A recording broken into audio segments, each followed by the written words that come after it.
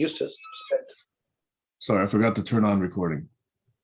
I mean, mostly I listened to music when I was much younger, not so much anymore. But I always loved Joan Baez. And she's not the only one. I think a lot of the female folk singers, Judy Collins and who's the other one that's similar to Judy Collins? Carly Simon. Janis Joplin. Not so much. She came later, and she was more of a hard rock singer. I don't dislike her songs, but she's not my favorite. Roberta Flack. I don't think I even know very much of Roberta Flack. So remember, you got to go back to the 1960s. That's when I was in college and high school and actually listened to a lot of music. Starting in about the 70s when I was in grad school and working, I really didn't listen to very much music at all.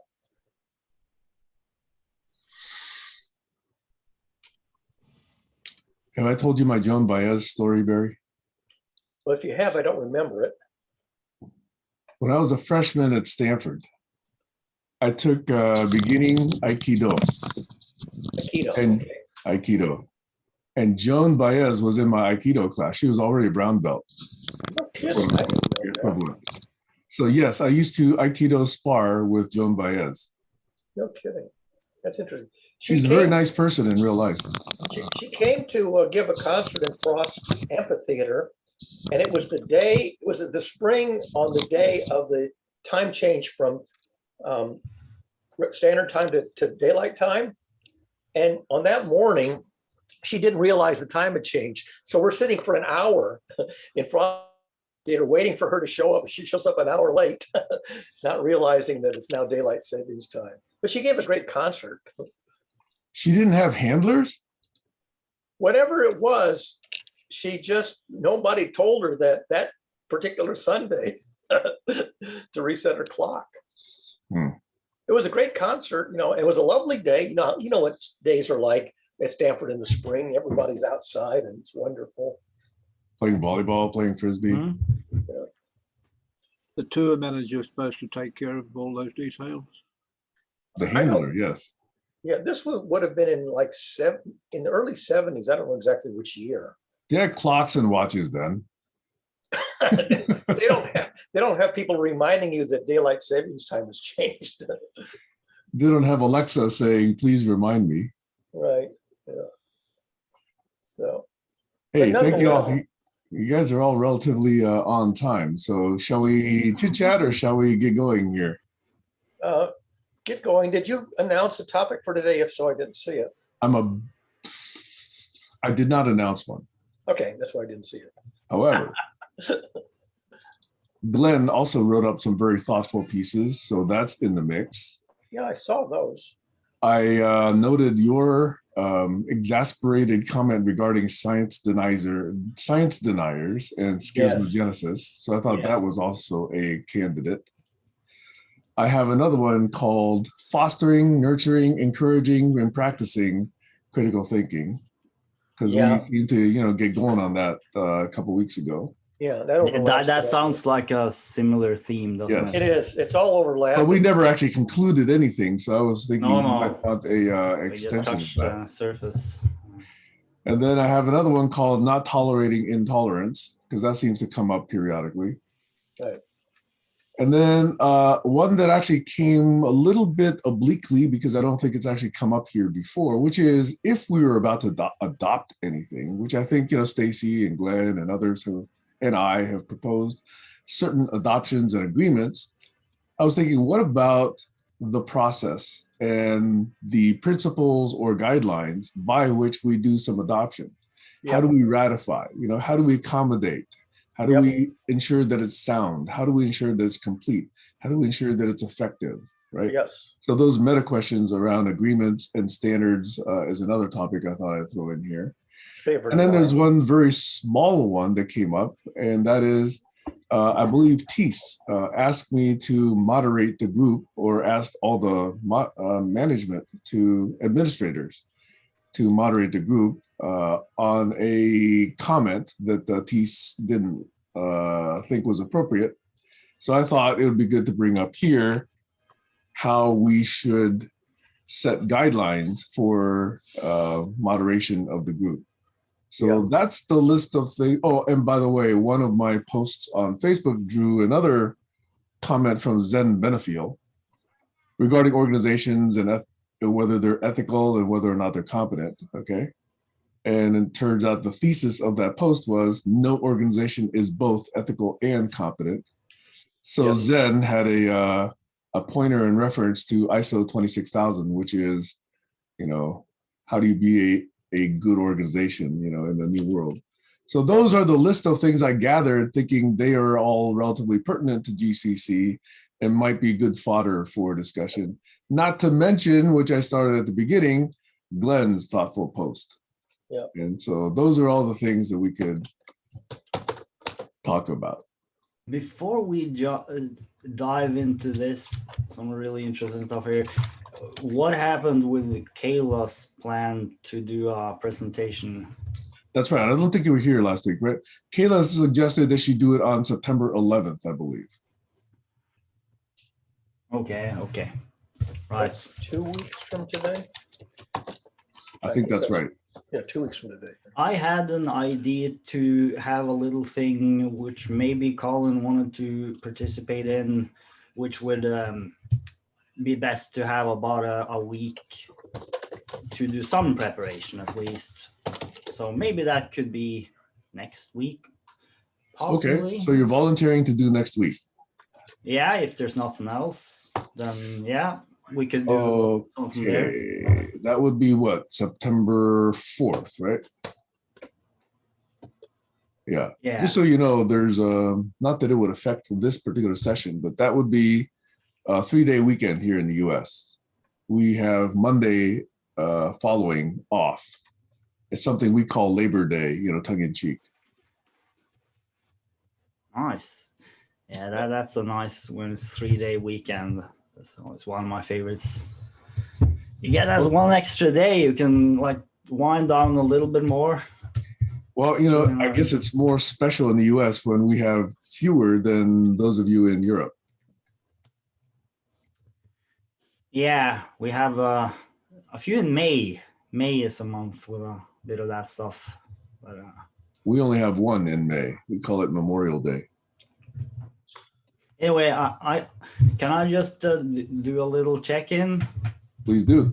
Yeah, I guess it's more like maybe a response as well. But yeah, because I talked with Colin a few hours yesterday, and I looked at it. We looked at his tool and some really, really interesting stuff he's working on.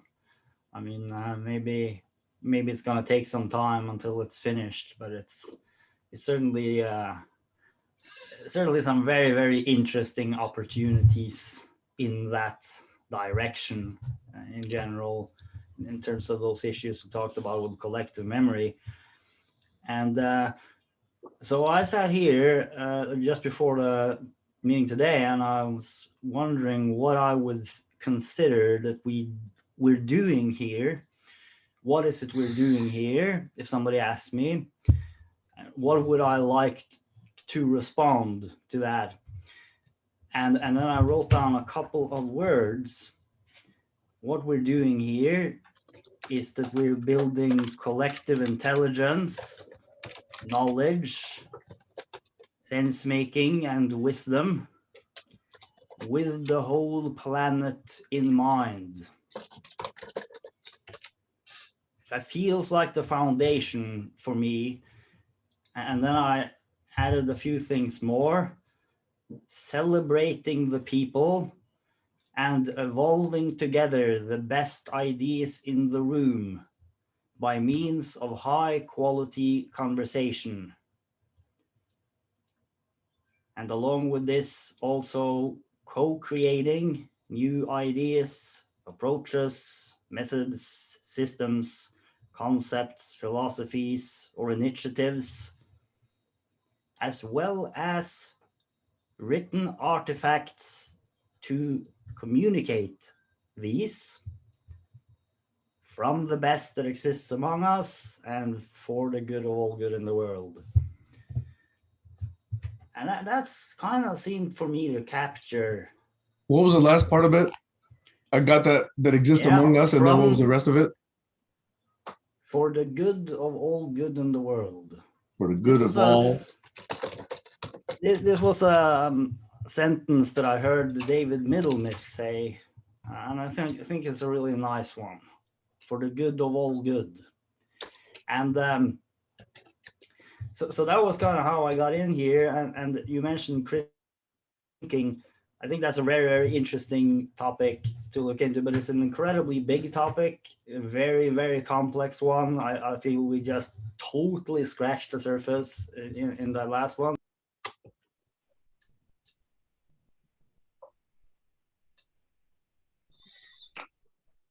You're on mute now, Glenn. How did you go on mute? Well, I don't know. Okay. Yeah, did you hear what My was the last mistake. you heard? Sorry, my mistake. Okay.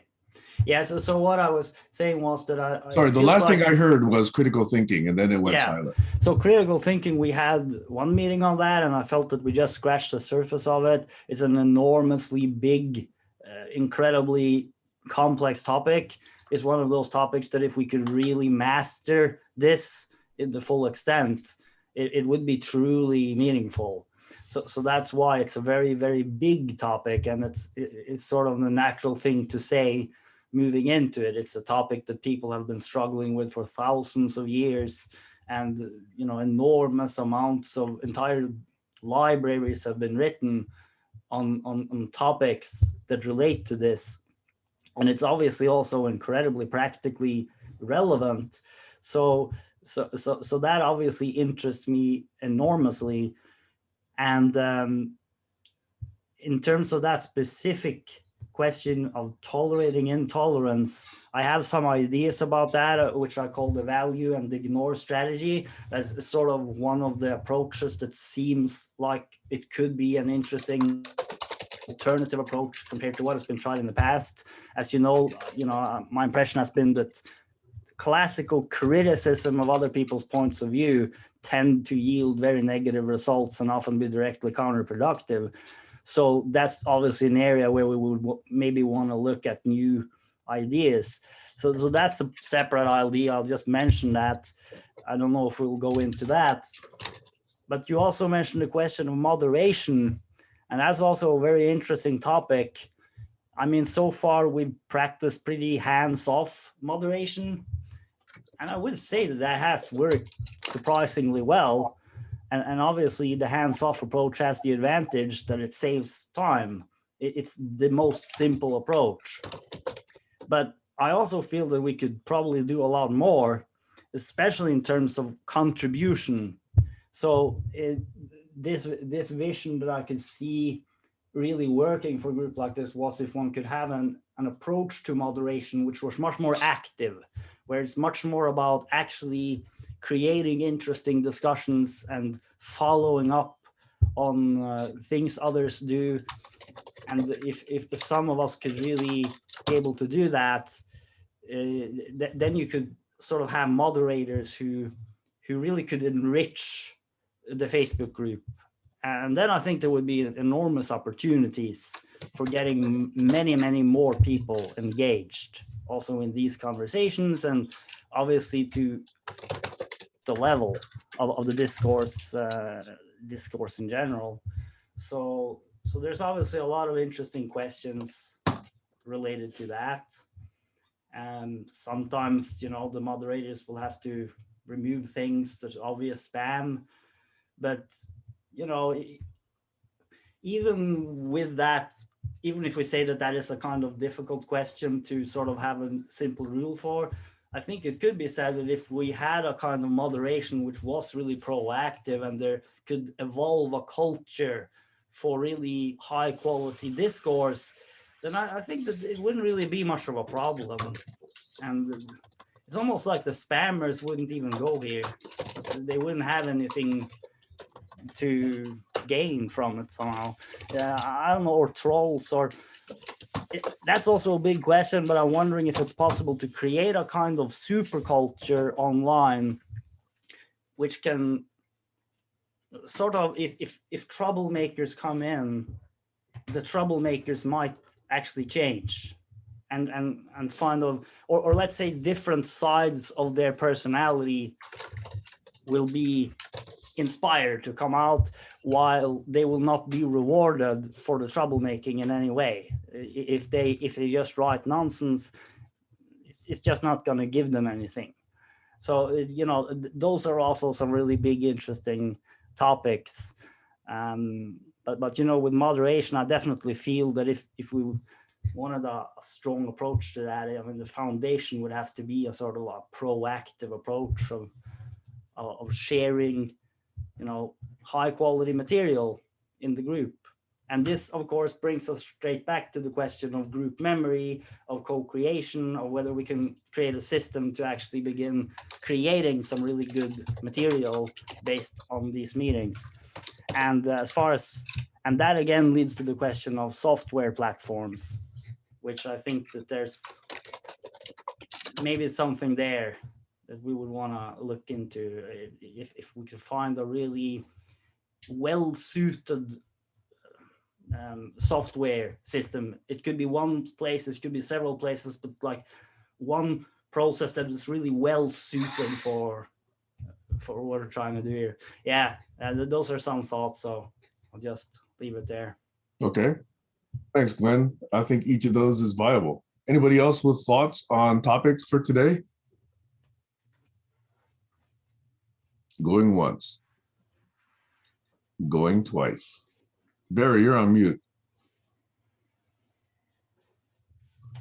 I do, but I think I want to hold off because it's too deep of a topic to compete with everything else that's already on the table. So I'm gonna hold mine in abeyance. But I'll just tell you what it is. I'll just tell you what it is. You know who Dave Snowden is? He's a colleague of Nora Bateson. He and I have a disagreement about the quality of What's your problem? Heiner, can you not hear? Heiner is signaling like he can't hear. Heiner, you're on mute also. I can hear you fine. Make sure that Heiner can hear this. Okay, so I'll just tell you what it is. I don't think we can go into it today. It's too soon. But Dave Snowden and I have a differing views on the quality of ethics in mass media on Wikipedia. He thinks it's wonderful, and I think it's a disaster. And I gave him references to the evidence that it's a disaster, and he thinks that's all in the past, over now, and perfectly fine. And I disagree with him. And I would like people who, like Sam and others, to take a look at it at some point and say, how do we resolve this disagreement? Because I don't want to have a, polarization between myself and Dave Snowden, but I think it's too much to go into today. So I'm just curious. I understand the topic, I think, but why do you think it's too deep?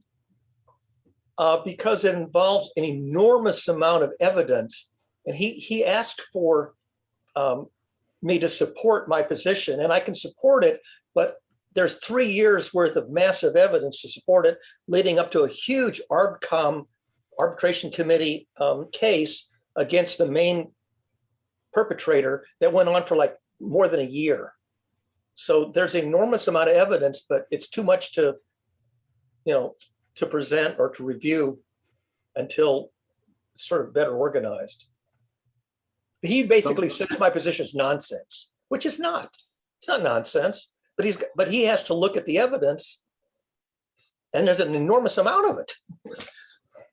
I thought the way that Wikipedia was being managed by the moderators was in line with the principles from the foundational Christianity that belonged to the original designer, and that led to all sorts of sites being, left out and not recognised. Legitimate information being not recognised by Wikipedia simply because it didn't fit in with the traditional Christianity concepts behind the idea. Well, I haven't heard that. I hadn't heard that either. The case that I'm familiar with was just a very corrupt, high-level editor who had a whole bunch of minions who sort of looked up to him as their leader, and they had a political position that was just, they dominated a whole collection of articles, and you couldn't correct the mistakes in these articles. And it was a case of ethics in journalism, essentially. So I would tie that back in the following way. You know, there was a previous discussion. I mean, there's always a discussion about science and whether or not science is to be accepted because of all the, you know, money in science and the people in science, and trying to convince, you know, people about false science, you know, like cigarettes causing health problems or whatever. So I think the issue I see both in that as well as what you just talked about, Barry, is distinguishing the principle or the practice of a you know, idea like scientific method, or like you know, what you just described, versus the fact that there are humans in the loop, and humans are fallible and indeed corruptible. Yes. But that doesn't mean that the principle, the method, the practice itself is fallible and or corruptible. So I think there's an interesting distinction that I think, to me, is obvious, but you know, it seems like it's not obvious to many. Yeah. And Barry? Alex has his hand up. Alex, did you want to have your hand up? I was thinking about this topic of collaborating with the group that has the relevance to the objective, the basic objective of the community of impact. And when they're online in Zoom sessions, they become real to you somehow. They become more real than blog posts and what have you, faces you don't see. So I think in that sense, the good ones bubble up to the top, and you don't see what's below the surface. You know it's there, and it's in the back of your mind because of all the conspiracy on Facebook and YouTube, conspiracy theories run amok. But the good science is there, and it's a matter of being able to find it. And that gets up to the individual search abilities. We should share that information with the people we like, who are like-minded and trying to do the same thing. I've got a AI bot working for me, and that's provided by Facebook. And I can enter keywords into that thing, and it'll send me alerts when they appear in the group's discussions. I don't have to go and read the discussions. I don't have to keep tabs on them all the time, because I get these alerts when the words of interest that I'm careful to watch for come up. That way I can also detect spam and agitators while using a different set of words. Over. I have to admit, the part that I understood in that was you said something about good science. The rest of that was hard for me to follow. But it gave me a memory of the group. Somebody was earlier talking about the group AI. I think it was Glenn. And it's one of the topics that I agree that should be discussed better, because there's AI working for us now. Why don't we understand what it's doing and how many of us are using it to good effect? These alerts you can enter in your Facebook group are effective. It's an effective way to monitor a large number of people and their contribution to the discussions. Yeah, I mean, if the AI, if it's a real AI, right? That's the big question. Is there a real AI that actually is intelligent at the moment? That's one question. But I had a question to Barry. Like, what isn't there a danger in trying to gather evidence for ethically questionable behavior? Like that's not something I would want to spend time on. That sounds like an infinitely deep rabbit hole with just a lot of pain. The danger is that the unethical people will shut it down by every means necessary. That's what I read. I've seen that approach so many times, and it fails and fails and fails every single time. I agree. And Dave Snowden thinks it succeeded because one guy got caught and kicked out. He thinks that therefore the system corrected itself. One guy getting caught after 3 years and kicked out doesn't fix the problem. Just one guy got caught. Yeah, okay. So what I meant was the approach that you're just deliberately focusing on bad behavior. It just doesn't seem to be an effective approach in trying to change behavior to the better. Well, I will agree with you that I utterly failed to correct the issue on Wikipedia. But Dave Soden thinks there is no issue. He thinks that the issue somehow magically got fixed. It's no longer a problem. Actually, as a matter of trivia, how many people here have edited Wikipedia at least once? Maybe 3, 4 of us? 5? Once. Very little. And we don't know because Stacy doesn't have her live camera on. Yeah, that's actually a pretty reasonable percentage. I didn't expect it to be so high. I think, and Heiner also has an issue with Wikipedia, but he's not on camera right now either. I also have an issue with Wikipedia, but just as a matter of transparency, I actually know 2 managing people in the Wikimedia Foundation. So any issue that we raise here, we could actually bring to them for discussion. I think the people who had power back then may not be in the foundation anymore. I basically lost faith in the system about a decade ago. Well, there are problems with it, but I still think it's a good thing in general. I still give money to the Wikimedia Foundation. Yeah. Periodically. Not a lot of money, but just a little bit. My problem, Sam, is that once they found a rampant case of ethics and got rid of one person, they never went back and cleaned up all the mess that was caused. So all the damage that was caused, the blocking and the deletions, never got corrected. And reputations never got resurrected. People who were damaged. Okay, that triggers me again on another topic. Barry, do you think that the best my hand is up. Go ahead, Sam. Geez. That reminds you or something, or that triggers you, or it's a different whole topic. I was running across another of these memes on internet where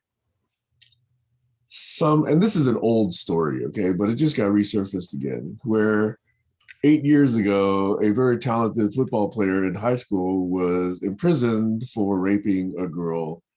And now 8 years later, she confessed she made it up. And the rape never actually happened. Yeah, and now his reputation has been ruined for 8 years. His life is lost. He's past the years of his prime, and right, the window's closed. He's been, stained, Yeah, tainted. And yet, what should happen to her and what should happen to him? And again, if you clamp down too hard, then there's also much damage on victims who are coming forward. So that's a tough area. Yeah. Well, what I was about to say in this whole idea of catching one person and then thinking that the thing is solved, I still think the whole idea of transparency plays very, very importantly here.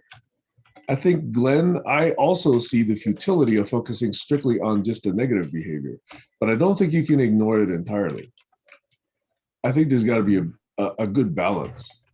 In other words, if you don't acknowledge any of the questionable behavior, you're not going to do much about it. You're not going to do anything to actually counter it or alleviate it or eliminate it.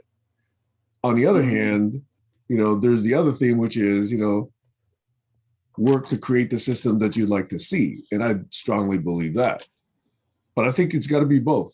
And I think, partly what we want to see and what we want to create is because of the problems that we see today. And that's the part of the sense making that fits into the larger picture. You got to make sense of what's going on before we can actually co-create and co-vision the future or even the present that we want to live in, right?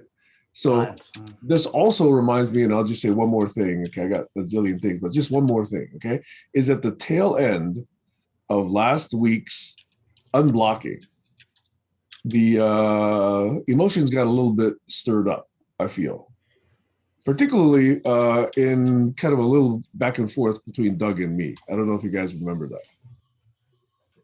And one that Colin just posted a clip on minutes ago.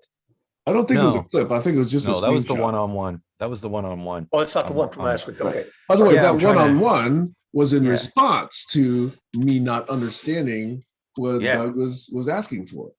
I got some things to say about that if you want to. Right. Talk about So I that. definitely leaned into that question And yet I got a little bit riled up, I would admit, when Doug says nobody's asking what I'm, I'm talking about, Yeah. right? And I took offense to that because I said, I've asked for 4 years, I've had one-on-ones with you, what do you mean I'm not asking, So I thought that was an interesting thing to possibly explore. Maybe it's just too personal for me. Maybe it doesn't affect the rest of you, but I think it's endemic of a deeper issue, which is I still don't know, and I am invoking Doug's name here, but we've been saying this for a long time. I still don't know what Doug means when he says leave everything at the door. Yeah, same here. Okay. You know? Before we I don't know go what into I see a that, bigger issue. The can issue I that just answer well, just hold Sam's on. question? Sure. I Because- just want to say, but you do care what he thinks. That's the thing. You do think that he has something important to share, and you want to put your time in to understand it. Like you're leaning in to try to I'm not understand ignoring it. Doug. No. Yeah. Like when you ask, it's like you actually care what he's saying. That's important, because if you didn't, you could stop asking him and it wouldn't be an issue. Yeah. Anyway, continue but on. I just have to be before we go into that, because that's all Yeah, go ahead, go ahead. Myself. You just said something, Sam, that there has to be a balance between being aware of the bad behavior and the good behavior. So what? And you mentioned sense making, understanding what's happening. So what if you realize that you're in a situation where 99% of the people around you are speaking about the bad behaviors, and almost nobody is speaking about the good behaviors, and practically exactly 0 people are speaking about the great behaviors and the possible behaviors? That kind of changes things, right? The Well, I context would is a say- situation where everyone focuses on negative behavior already. Yeah. I would say all of us probably feel that way, because all of us feel we've got suggestions for great behavior, and all of us feel that we're not being heard. Right. And do you agree with me that most of our culture today almost entirely focuses on people's bad behaviors? The culture, yes, I Culture would in say so. general. Yeah. Because That's what I mean. that's what sells magazines and newspapers and blog articles and clicks and SEO. That's what sells. People are interested in other things so they can actually point the finger and laugh. They're not really interested in looking at good examples of good behavior in general. I'm generalizing here. Okay. I mean, I know that there are examples of people exemplifying good behavior and writing about it, etc. But those aren't the ones making hundreds of millions of dollars. Yeah. You can do a Google search, all you guys, on great behavior, high quality behavior, fantastic behavior. Try it.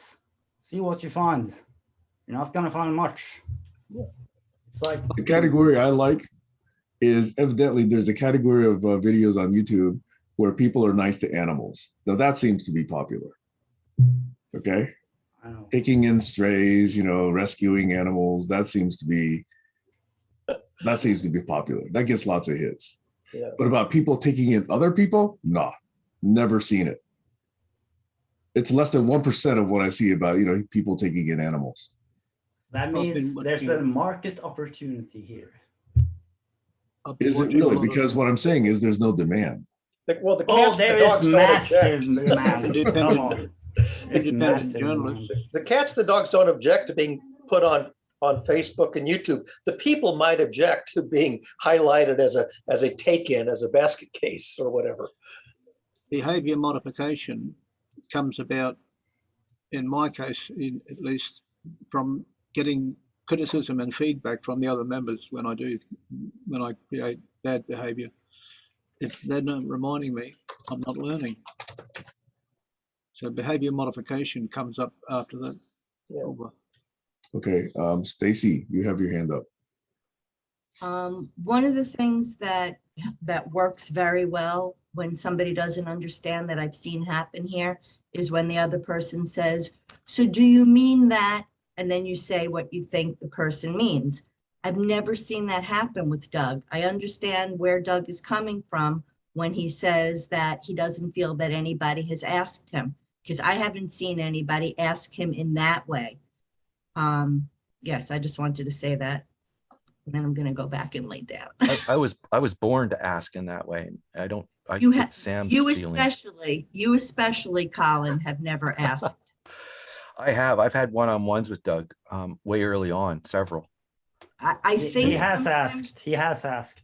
I've heard it. specifically, Yeah, because he asked. And I've Okay. reformulated how I've asked several Reformulated times. it. I know he did.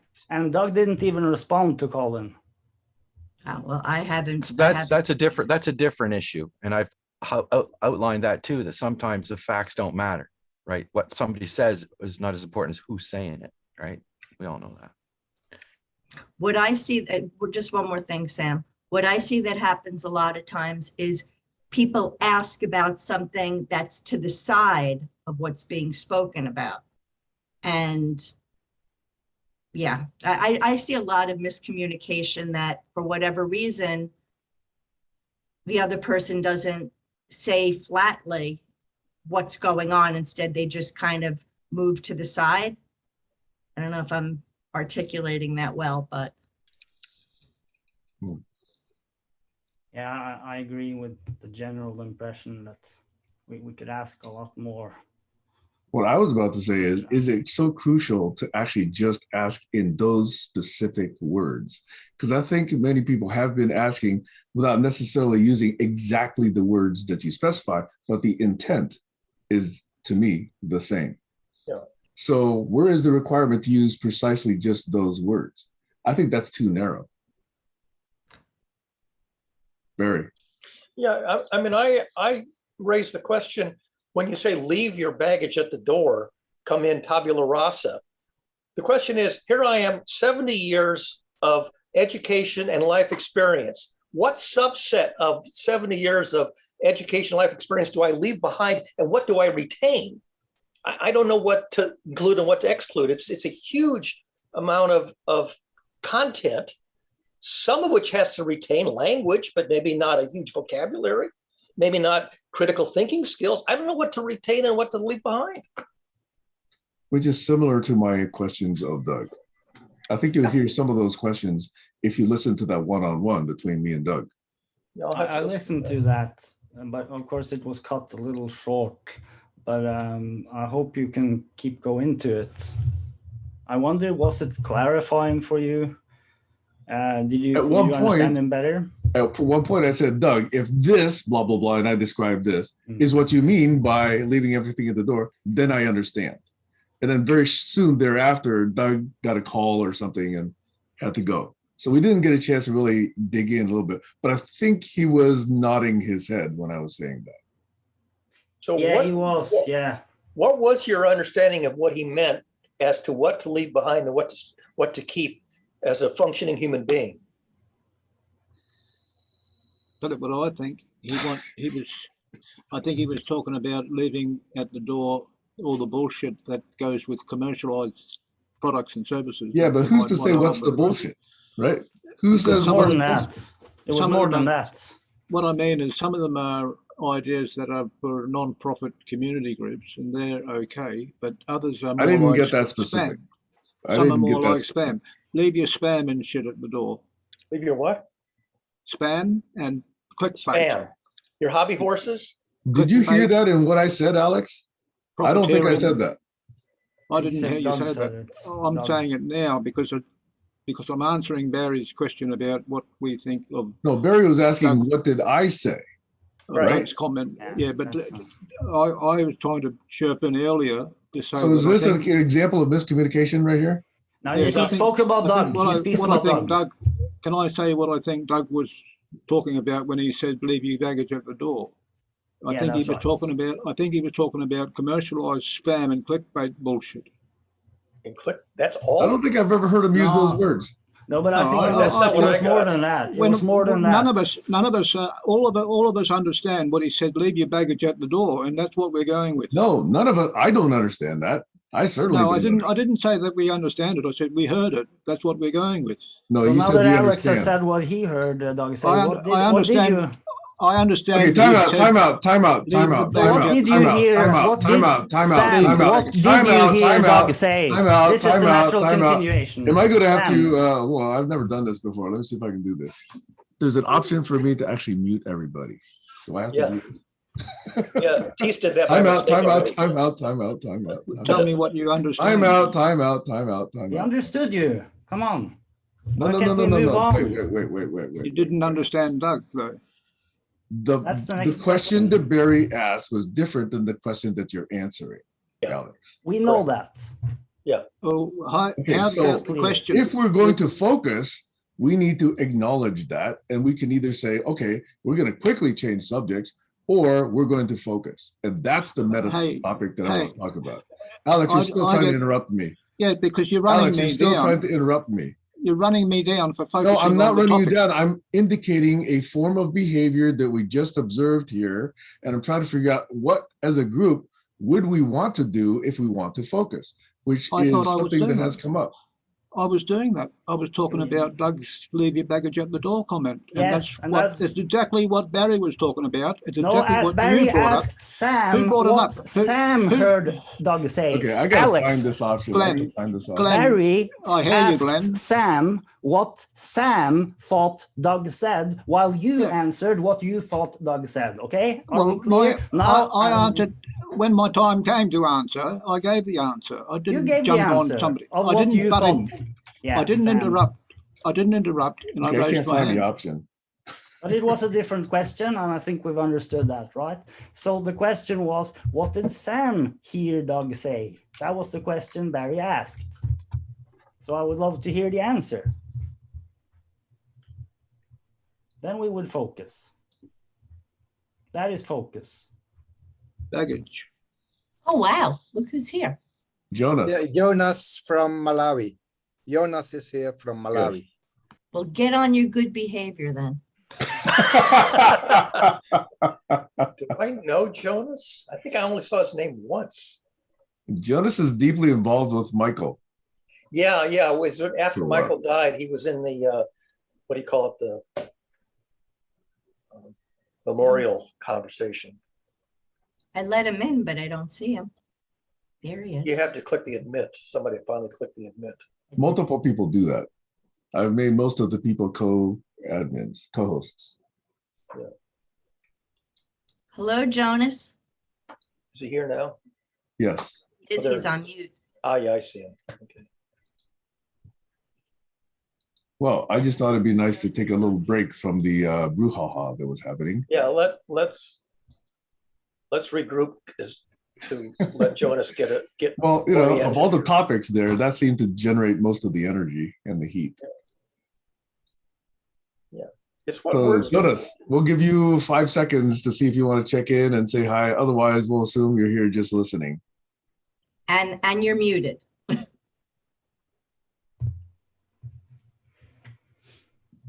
Okay, I believe that's 5 seconds. Okay. We Okay. can unmute him ourselves. We are co-hosts, so we can unmute him. Can request that he unmute. Yeah. Oops, he's gone. He must have bad internet. He must not have had a good connection. You can Yeah. put him back in the waiting room. He'll reconnect.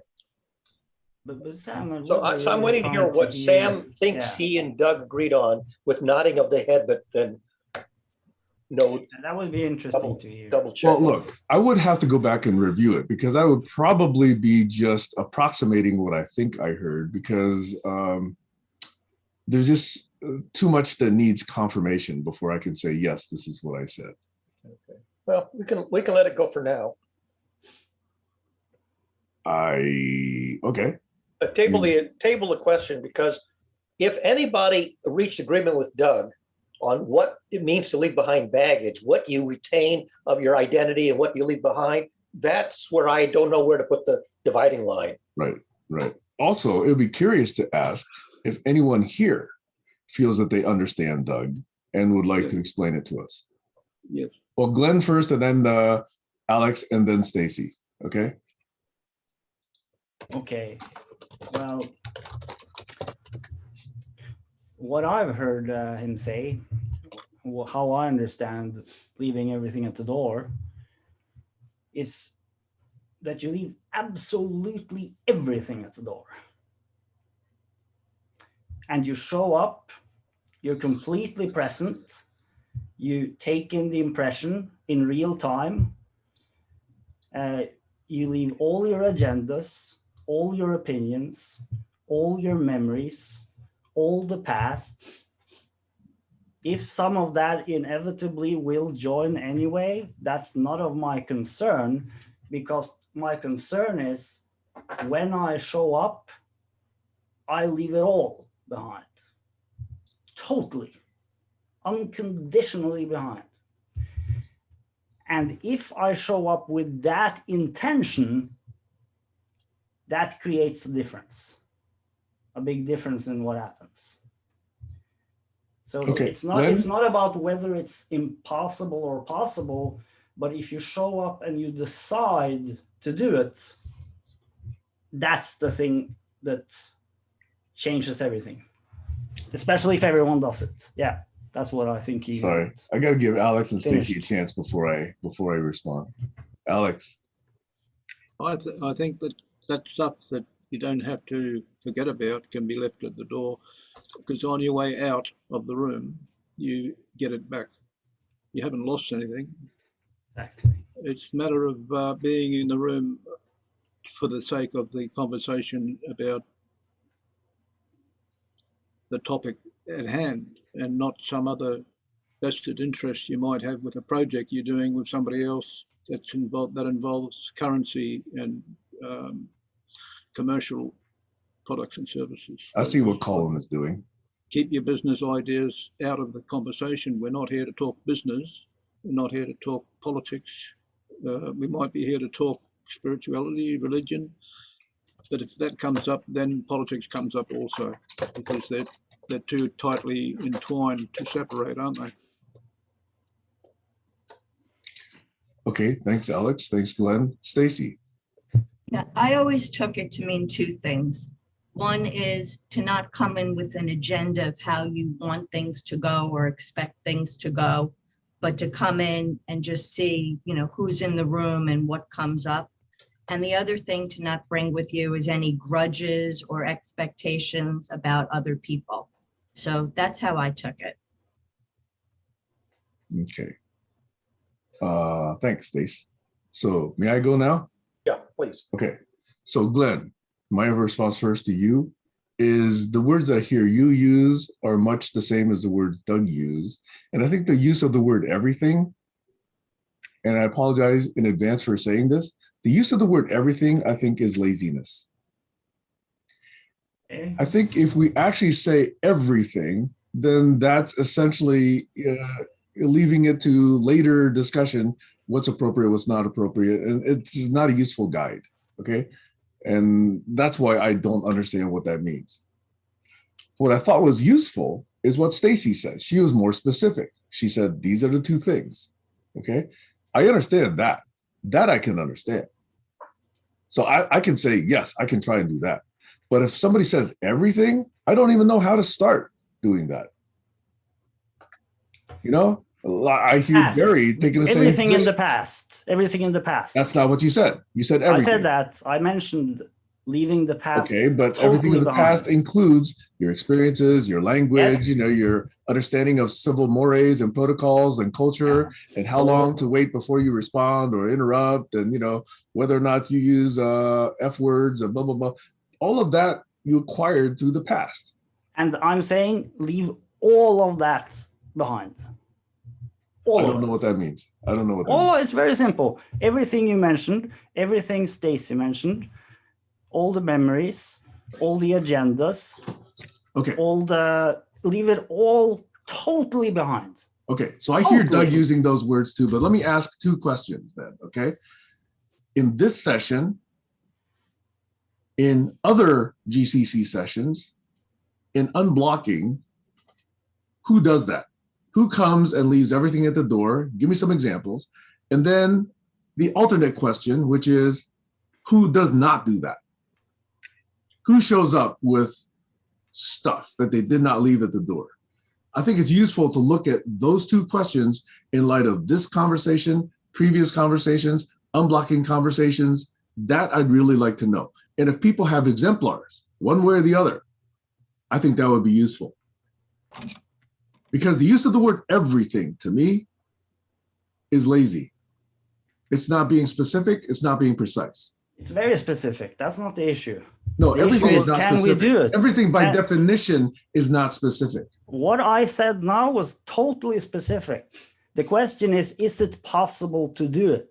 That's a different No, question. because I don't, for me at least, I don't understand it, so I can't do it. But the intention is specific. Okay, Barry's got his hand up.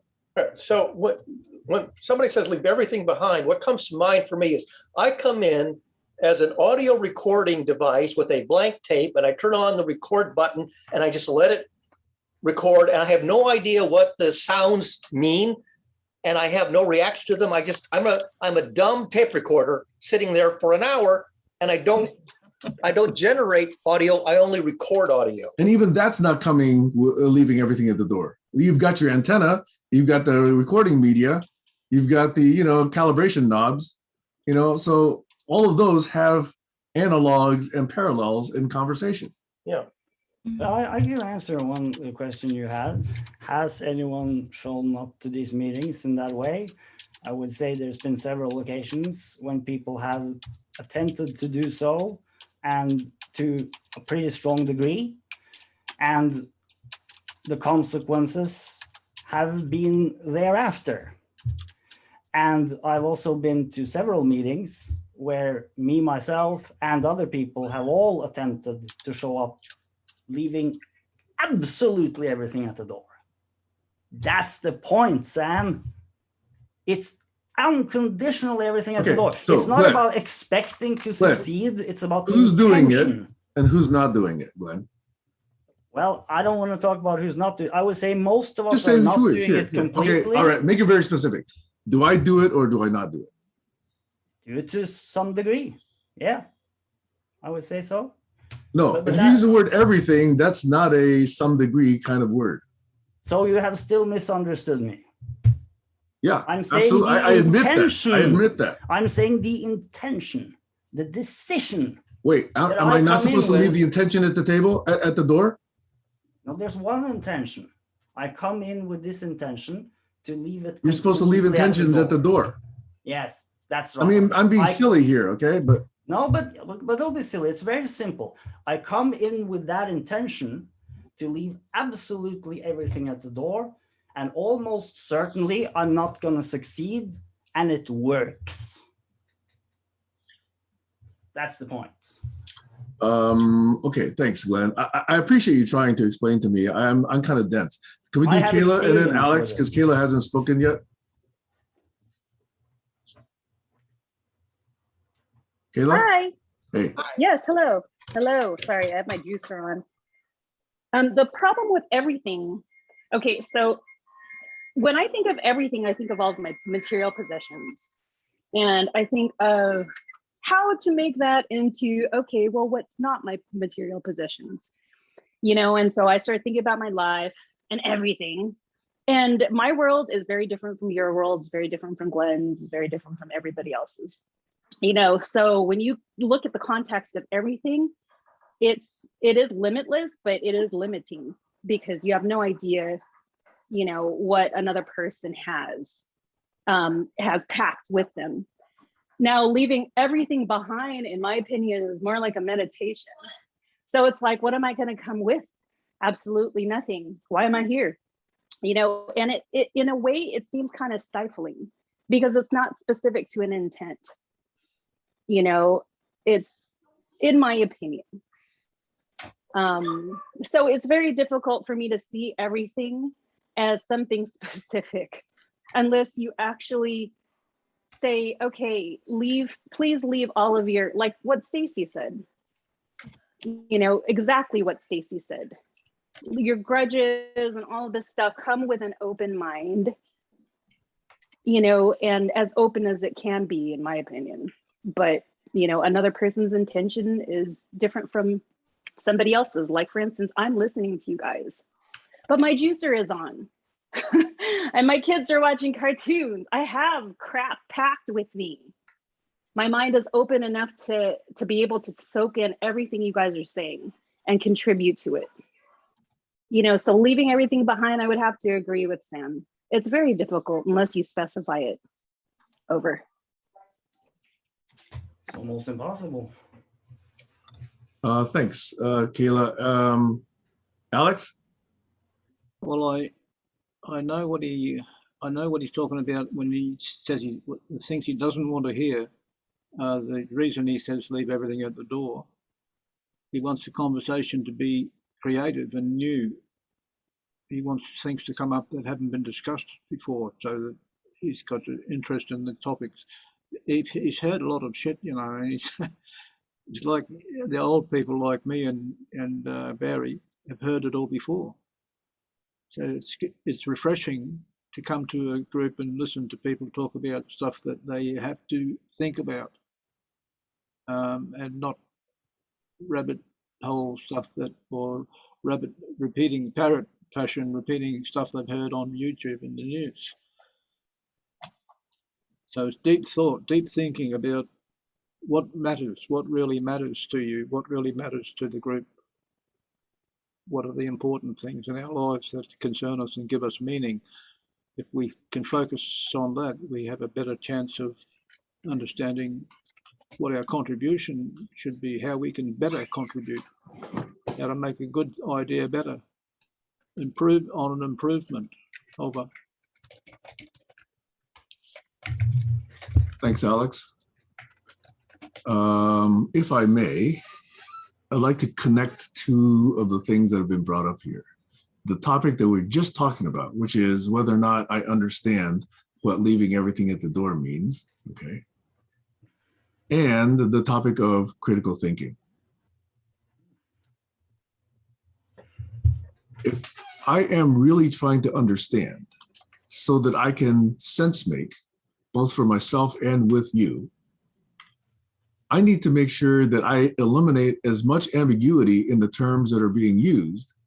Otherwise, I'm liable to misunderstand. Okay. So when I hear everything, to me, that's such a general term that even just saying it's material possessions is more specific than just using the word everything.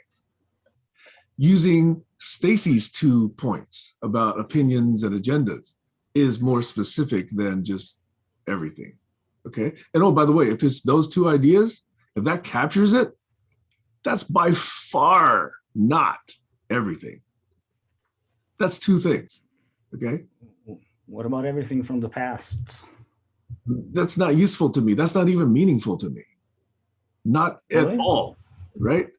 If anybody uses an analogy, and if I've left everything in the past gone, that analogy makes no sense.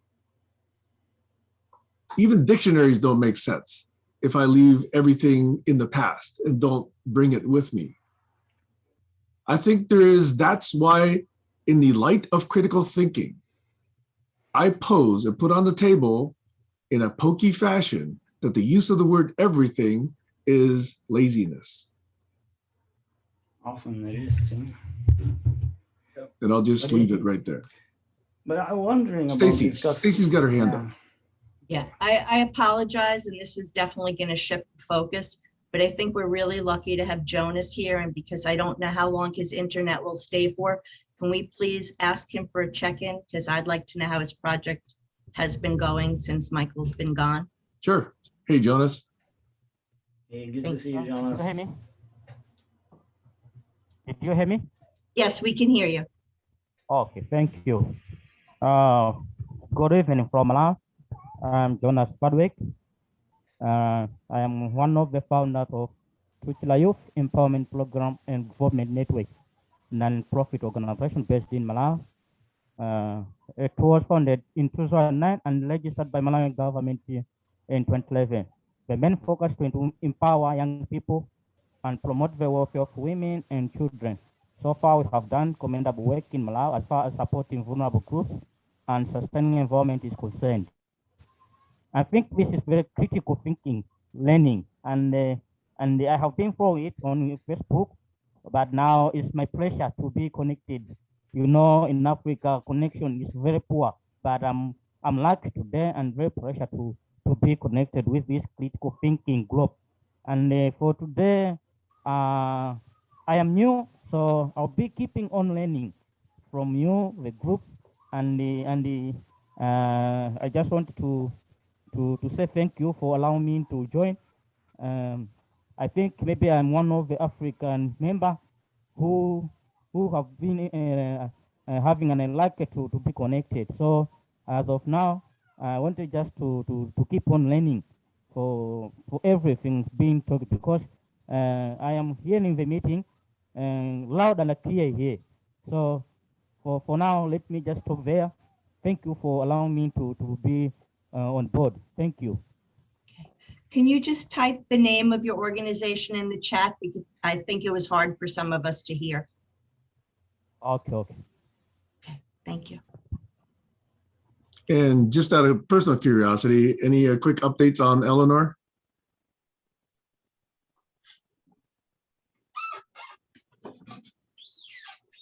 Eleanor Ostrom? No, Different she's Eleanor. a student in Malawi. Oh.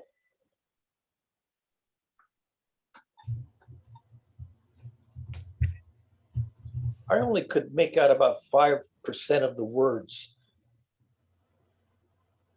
Thank you, Tis. Yeah, so there's a link in the chat to there. Yeah, I shared the organization of Triapod, the Facebook page in the chat.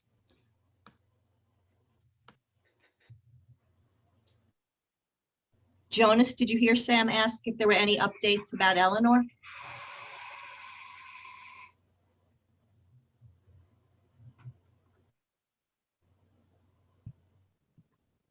Okay, that's all right.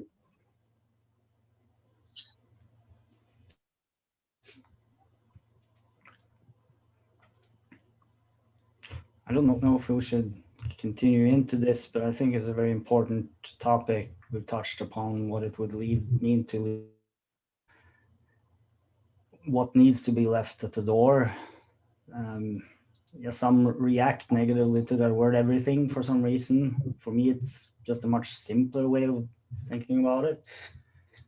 But something very crucial there, I feel. Yeah, Barry, Sam. and then me. Yeah, if I was listening correctly, I thought Alex mentioned using critical thinking as one of the things not left behind. Critical thinking took me years to develop. If I include critical thinking, I'm including an enormous amount of acquired knowledge. I had to go to grad school to learn critical thinking and then spend years, doing it to get any good at it. So if we're using critical thinking, then we're not leaving everything behind. That's a big part of life experience and learning. Yeah, absolutely. I wonder, could we say it's more about maybe leaving the attachments behind, attachments to Bingo. various things? In fact, that's why I had my hand up, because the notion in which I came in, and I think I parroted a version of it to Doug in the one-on-one, is this notion that if you engage without being attached to the outcome, see, that's the Buddhist notion of no attachments. No attachments doesn't mean have no interests. It doesn't mean have no values. It just means don't be attached and identified with the outcome. Be open to the outcome and the flow. And if it doesn't go the way you expected, don't get triggered, right? That's the more Buddhist notion of having no attachments. I understand that notion, I believe, much better than I understand leave everything at the door, which I just don't understand at all. Okay. It's very, very interesting. Very interesting that you say that. Don't you think also that it's attachment to all opinions, in a sense, to ideologies? Like I said, I agree with what Stacy said. Yes, everything. But everybody comes with opinions. You don't leave them at the door. The question is whether or not you believe your opinion is more valuable than someone else's. That's what I'm willing to give up. But I don't just leave it at the door when I come to these sessions. It's actually mentally and physically and biologically and biochemically not possible. You sure about that? Absolutely. I've done it, but Sam, I've done it. No, you How can haven't. it not be? Well, I have attempted to leave my opinions at the door, and No, that you makes a still big have difference. them, but you don't express them. But you still have them. The point I'm getting to is that I have tried to leave my opinions completely at the door, and that makes the big difference. That's the But that's the not leaving them outside of you. You are still the container of those opinions. maybe we could say it's like I don't have them as opinions anymore, but they're sort of ideas Yeah. that are in my mind, but Yeah, see, that I sort get. of I get that. dispatch from them as opinions. I guess get you that. could And there's a say. lot of that here. Okay. There's a lot here that I've not expressed in the Zoom sessions with GCC. So have I left those at the door, or have I brought them here, but not fired them off yet? There's a difference, right? If I leave them at the door, then they're not available in my toolkit if it becomes appropriate. If I bring them in and I don't fire them off, then it looks like I left them at the door, but they're still there. And I'm still evaluating whether or not they're useful. But they're there in a different way. No, they're Then not. if you identify with them compared to not attaching to them, it's a very big difference. I say it's a very small difference. Because it's the a- reason that I enormous. actually believe it's relevant is motivated by some relevance, by some association, some relationship that I feel would be constructive for the group or me. Sure. Okay, so there's You still don't- you- some reason that I have that belief or opinion, and that You I don't offer lose it. that. You don't lose that. If That's you right. leave That's what I'm saying. attachment. I don't lose that, and I look for opportunities where that's quote unquote appropriate. But therefore, it's here in the room. It's not outside the room right now. Yeah, I see that metaphor kind of doesn't quite work for you. It doesn't. I mean, just saying leave everything at the door is like, if you tell that to a 5-year-old, the 5-year-old would not know what it means, and all the subsequent explanations of it would still not be meaningful to a 5-year-old. And if you I don't can't know. understand it if you can't explain it to a 5-year-old, I contend, as Einstein says, you don't really understand it. What if you leave it like on the floor, straight beside you, and it's within reach, but you don't have it attached to your That's body? essentially what I said, right? Yeah, maybe that is a similar metaphor, but I think it's a really crucial difference between whether I have sort of remember an idea and whether I'm attached to it as my opinion. That's an enormous difference. Okay, there's a bunch of people. So I think Colin has his hand up, and then Alex, and then I'll go again. Okay. Colin. Somebody's typing. Me. I'll stop. Okay, Colin, you're gonna lose your turn if you don't speak up. Okay, Alex, you're on. Okay, you mentioned outcomes earlier, Sam, Yeah. and that struck me as something I was writing earlier today, because I won my court case over the bike helmet issue, and I thought, well, after a lot of years struggling with that, I wrote down what I thought in 2 sentences, and it mentions outcomes. It says each time I feel like giving up something keeps me focused on the principle of good data, because good data leads to improved protection and health outcomes. Over.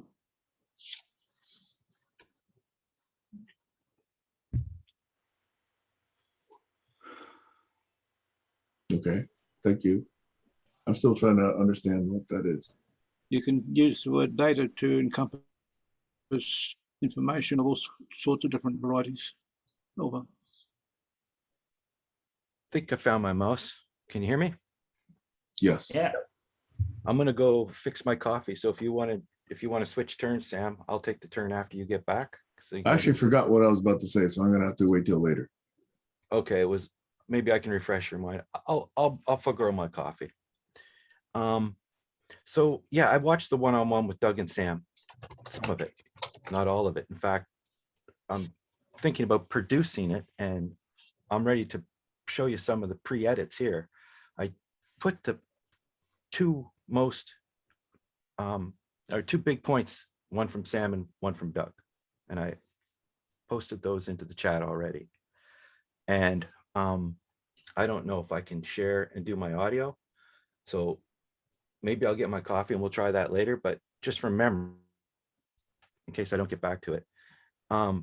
Sam was explaining that to Doug's request to come open, he was saying, I do come open. And the same thing he's saying again to Glenn. So it's the fact that you come blank is being taken what I consider too literally to understand what Doug is saying. So we all know that Doug means you don't start by burning all the dictionaries and forgetting what's in the rear view mirror, even though he says forget about what's in the rear view mirror. So some of the things that I've asked him explicitly is, what do you mean by the rear view mirror? Like what? Or if I had a blank table and we're going to start a conversation, a generative conversation, and I've even contemplated this a little bit further, like what kind of a conversation does not apply? Like where do we not want to start from here? Because that would be irresponsible. So there's got to be maybe some situations where Doug is in a certain realm of, I used to call it solution space, but I think that's more of the doing. So we come up with generative space. So if Doug has generative space and he's actually saying literally, and I pasted the text already. Anyway, I've been moving windows around. I was ready a little while ago when I had my hand up, but that's another thing. I'd like to propose that so Sam doesn't have to always be the one to make sure. Can you stay on topic, Colin? Can you stay on topic? Well, please? I put my name in the chat a few times, like I'd like to go next after Alex or whatever, and that wasn't noticed, and even put my hand up. So I'm just trying not to interrupt. So I'm just making that point now when I have the floor. I'm interrupting myself. So anyway, the point with Sam and Doug is pretty well said in a very short few sentences. And I'd like to put a few of those together. And I even think that with the tool, we could go back and find many occurrences of where people are actually saying what they mean. And I also would like to honor what Kayla said. And what Glenn and I talked about yesterday is about how do we pull forward, right? With the good stuff and not use our tools to go back and blame people, but how do we fix the non-transparency? How do we take Barry's gripe for a good example? Sam could be a conduit to the Wikipedia PR people or internal people. He has some contacts. So through Sam, Barry's concerns and claims might be of interest to them. They might actually want to take in complaints of people. Now, I know there's a whole lot of history there that I'm not appreciating, but it seems to me that if that organization is going to live on in the future, they're going to have to be able to have some kind of an open PR for open correction of data. So, Wikipedia is kind of like a GitHub repository where there's a master that says what the edits are. Someone's making the decision who's going to pull in the data. Are we going to wind back that? And, I don't think that's credible enough. Let's put some warnings on it. So, Wikipedia is an old project in trying to collect data, and I support them as well. So I can see that as a very important thing this group could do. As, Sam has a contact, Barry has a gripe. I would like to believe that I could trust Wikipedia to get better and not worse, and be more validated instead of less validated. Now, I know Wikipedia has had a hard time in schools. They say, well, if you're going to put Wikipedia as your source on a school term paper or something, you better have some real footnotes, because those aren't going to do. I find that Wikipedia is a great place to start the knowledge trail, and some of that stuff is credible. So, Barry's saying the stuff on there, I can't get credible stuff in there, and teachers don't want to look at it anyway. So there is a situation where I think that's something that we could actually, put on the Trello board. So So a positive way to look forward, that's one thing, you know, Sam offered that. It's complicated what Barry has to put forward. So, you know, piecemeal, step by step, like Alex did his court case, step by step, piece by piece, you know, because it's a value, it's a deep value that we can share a global encyclopedia that we can trust. And so many people go to Wikipedia, right? You know, I quote Wikipedia at least 3,000 times a year, right? And trying to do sense making and whatnot. So to go back to what Doug said is probably the biggest pet project I have here. So I'm honoring what I know Barry's had a hard time with Wikipedia over the years. Like he's brought that up a few times. And I was surprised to hear that Sam had a contact and that, you know, the offer was made. You know, I'm just curious, is that an experiment that could happen? Like, or is it just an experiment in trying to put blame on people and it's too late to go back and fix it? Like, if the data is good, is it still warm data? Can we still fix that, Barry? You know what I mean? So that's just a kind of a rhetorical open question. Is it worth it to go down that road? But as far as Sam and Doug is concerned, I've always said that Doug just never lands the plane. I'm with him with all of his talk and grandeur, and I think he's pointing in the right direction. I like what I feel good when Doug is talking, but then when I'm looking for an example or something concrete, it's just like that plane never ever lands. And I said that to Glenn yesterday. And then I watched the reason why I'm mentioning this is because Doug, right after I said that, you know, the gods shone upon me and gave me Doug in the one-on-one saying, well, the way you land the plane is, I think somehow he was saying you take small iterative steps and you get closer and closer, but you have to start from that generative area. So that's one analogy he's actually given us that we should really have a look at and see if we can put some boundaries where it works and where it doesn't work, because Doug's philosophy, as Sam's saying, is not going to fix everything, but it definitely is going to give us a really good perspective if we can get the right label on the can, the right boundary conditions, so we actually understand when we're violating the contamination of bringing something into the conversation, or when we're actually being generative, bringing something that's needed. Because I think it's a very fuzzy line of what does Doug call a tool? What does Doug call a memory, as opposed to something that's just been generated? Right. And so, you know, I think the warm data worm applies here. Is the Wikipedia gripe that Barry has, is that still warm data? Or is that all cold fusion data that's already been debunked? So we might as well just skip that phrase. Or as Sam says, look, it's all important.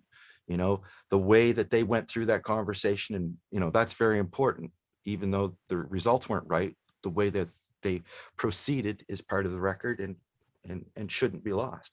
So that reminds me of GitHub. I'm already way over my time. So there's so many things about looking forward to positivity.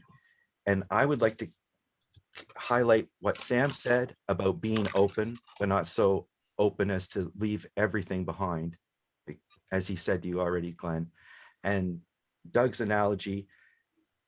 And also the part that I didn't paste Doug's analogy where he says it's iterative. I pasted the part where he says what the purpose is, and I'm going to paste that because Doug actually says what the it is, right? So we could, once I paste that, we could talk about that. Anyway, thank you for your time. Okay, thanks, Colin. I think I remember what I was about to say earlier, okay? I was going to go back to ask the two questions that I did ask Glenn and others, which is, if you take your best understanding of leaving things at the door, non-attachment, okay, and you take a look at this conversation, who do you think is exemplifying what Doug is describing that you understand, and who is not? Then apply that to previous barn raising conversations. Where is it being done? Where is it not being done? Or unblocking conversations. Where is it being done? Where is it not being done? Because I'll bring back something that that Barry made. He says, hey, it took a while for Barry to learn critical thinking. If he's going to leave everything in the door, then all of that stuff that led to critical thinking would be left at the door. So is Barry allowed to bring critical thinking to the conversation? right? I think most of us would say yes, but most of us would say, well, he's bringing that, but that's okay. And now you start the slippery slope of, oh, well, can you bring? Okay. And I'm saying, well, I'd like to bring conversation skills. I'd like to bring listening skills. I'd like to bring conciseness skills. I'd like to bring some empathy skills. And if you sort of are allowed to bring that, then you can say, okay, well, Doug should be allowed to bring his agenda. What is his agenda? His agenda is, let's do everything from a blank slate. That is an agenda, is it not? Kind of. It's at least a protocol. And are we supposed to leave those at the door? So I do think that, the use of the word everything, and I'll say it for the third time today, is sloppy. It's lazy. You got to dig into it and say, okay, where are you saying it's okay? Where are you saying it's not okay? And if it's not okay, specify those things. If it is okay, specify those things. But it's not everything, because everything is meaningless to me in this context. Hey, Maxwell, let me talk to you about conversational skills. Another thing is, of course, it's different to have that ask for one meeting compared to, let's say, asking it for as a general rule. Yes. You could ask for one meeting, for one specific meeting, try to leave everything at the door. And that's a perfectly legitimate thing to ask for one meeting, especially if we have defined what we mean by it. I haven't heard that definition though, except for Stacy. Well, it's in the video. That's and in me, the chat. Right? Stacy and I have attempted to define it today. Yeah. You have, but you continue to use the word everything, which continues. I know, but the thing is, it's just another metaphor, right? I mean, we can use different metaphors, but the idea is very much in the same direction, isn't it? Seems to be that way. Anyway, I go back and I'm just re-asking my question. I've still not heard an attempt to answer that question, which is who's doing it, who's not doing it? Where is it being done? Where is it not being done? And if you can clearly say, well, this is an example of, bringing something, here's an example of somebody who didn't bring something, that would be useful, but I'm not hearing that. Okay, Alex and then Kayla. The point I'd like to make is that when Glenn uses the word everything, and Doug uses the word everything, they're both trying to get at something. But I'd like to point out that zero means nothing. And if you come into the room with zero, and you open your mouth to talk, you've broken your rule. You've brought something into the room.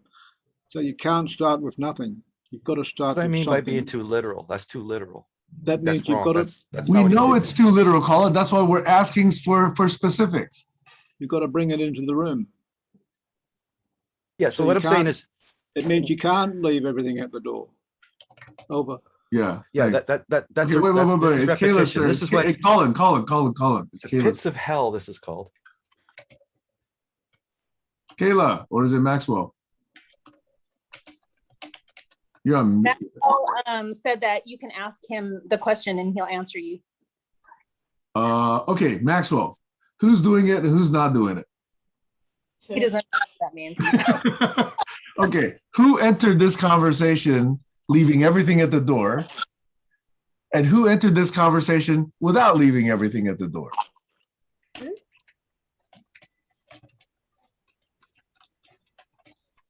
The right question, Right? what is it?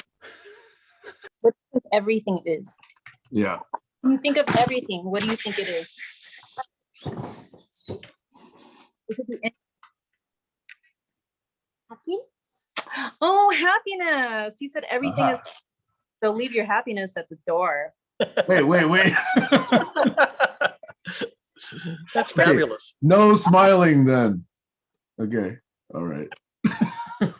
All right. I just broke my rule. All right. Okay. Did you have anything else to add to that, Kayla?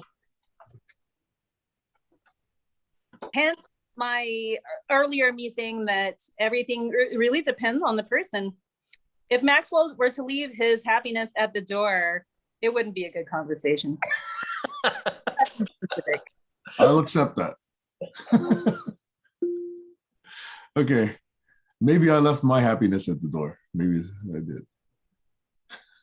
Could I leave my perplexity at the door? Please do. Yes. All right. I think I saw Barry and or Alex both with hands up, and Glenn. I was thinking if you walk past this room, you'd see a lot of shit outside the door. Yeah, it's all that stuff we left there. So I just wrote, can I bring the ability to speak in complete English sentences? Can I bring that? Because in grammar school, I learned that a sentence expresses a complete thought. But thinking is a learned behavior too. What? Are you perplexed? That was not a sentence, but did you get what I meant? I think Barry's confusing people for people who actually prepared what they're about to say. Which is only a subset of people. Yeah. I mean, I'm attached to model-based reasoning. So the model I have in mind is I walk onto the stage of a theater and I'm going to enact the role of a character who's not me. I'm going to enact the role of an airhead. And the thing is that I don't think I could leave my ability to be a terrible actor behind, because I would not be able to reasonably enact the role of an airhead and get away with it. That's a phlogiston metaphor. Anyway, Glenn. Yeah. I was thinking about your question about examples. Yes. And I find it difficult to point at people here, but it struck Point at me. that, Am I doing it or am I not doing it? yeah, well, sometimes you're doing it to a pretty decent degree, I would say. Yeah, and many others here as well. But And the word kind of everything is depends. very cut and dry. The word everything is very cut and dry. Again, It means either yes or no. If it's to a certain degree, then it's no, right? No, I think you're misunderstanding. No, I'm not. the I'm point being there. I'm being pushy. I'm being pokey. You're being too literal. No. I'm not being too literal if the word everything is always the response that Okay, comes so back. forget about the word everything then. Let's Please, thank let's you. use the word it as Colin used. The it that Doug is pointing towards when he uses the words he does. The it that I'm pointing towards when I'm using my words. And the it that also you, Sam, seem to be pointing towards when you say such things as have strong views held lightly and detach and lean in and similar things, right? And then with the examples, it struck me a convo that I heard with Jiddu Krishnamurti and Alan W. Anderson. They had a 18-hour dialogue. Krishnamurti also had several with David Bohm. And I would say that all those dialogues serve as excellent examples of people practicing this at a very, very high level. And where the results, the difference Is someone in what shuffling happens. papers? What did you say? Is someone shuffling papers? Yeah. Anyway, Yes. yeah, I just wanted to say that strikes me as a very good example of this being practiced.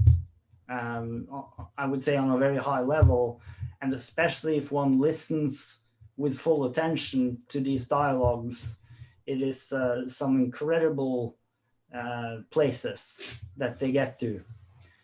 And every political debate that we see on TV seems to be a perfect example of the exact opposite, pretty much, of this it that I think Doug is pointing towards.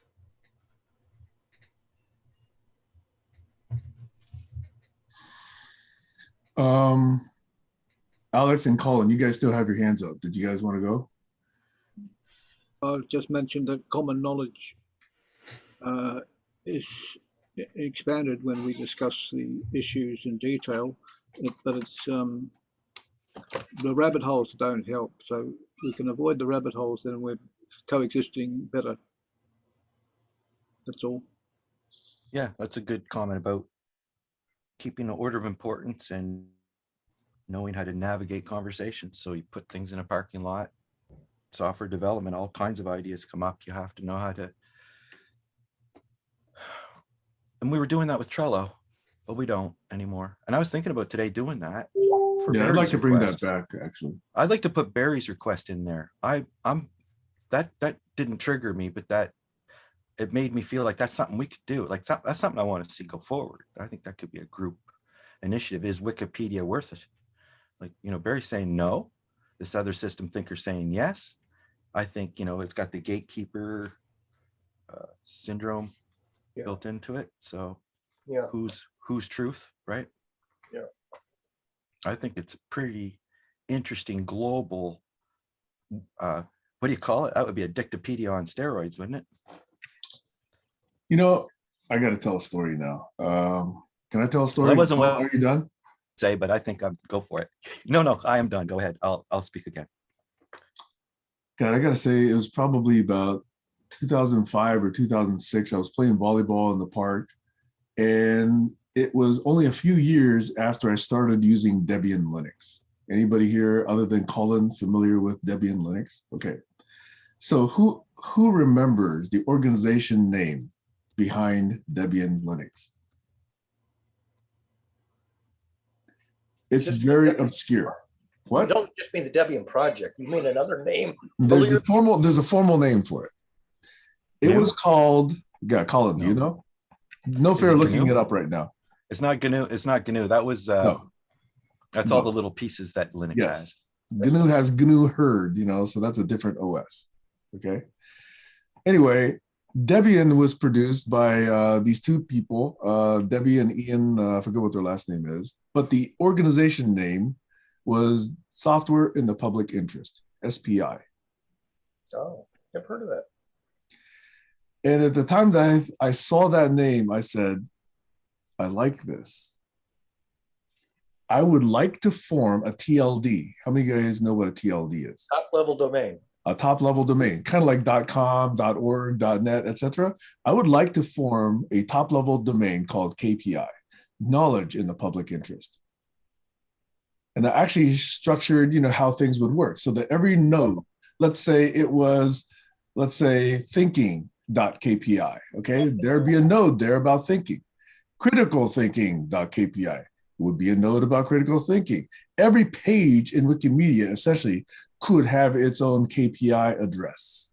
And everybody would actually be collaborating on what that meant in the Wikimedia style, but with different protocols where all inputs, you know, would be, made into the commons. So I actually had a grandiose idea that .kpi would be a good TLD. And it would be a free one so that you weren't influenced by profit motives and you wouldn't be influenced by advertising motives, but it would be purely based on collective intelligence and collective improvement of each of those nodes. And they would then link to related nodes. That was my grandiose fantasy in the .kpi scheme. And then Wikipedia came along. So that became less directly relevant because Wikipedia did a lot of what I wanted to do. But I do think it's an interesting idea still to have a TLD that's based solely for collective intelligence and knowledge. That's the story. Over. Glenn wants to go, then Barry. Yeah, I really like that.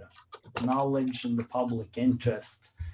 I think there's a big opportunity there because Wikipedia, it seems to me, is mostly a certain kind of knowledge, sort of the type of knowledge that you traditionally find in an encyclopedia. But I wonder if there's some very different kinds of knowledge, which would be especially interesting if we want to actively create a better world. And I'll give one example. The knowledge of the best ways Wikipedia have been used until now would be a great example.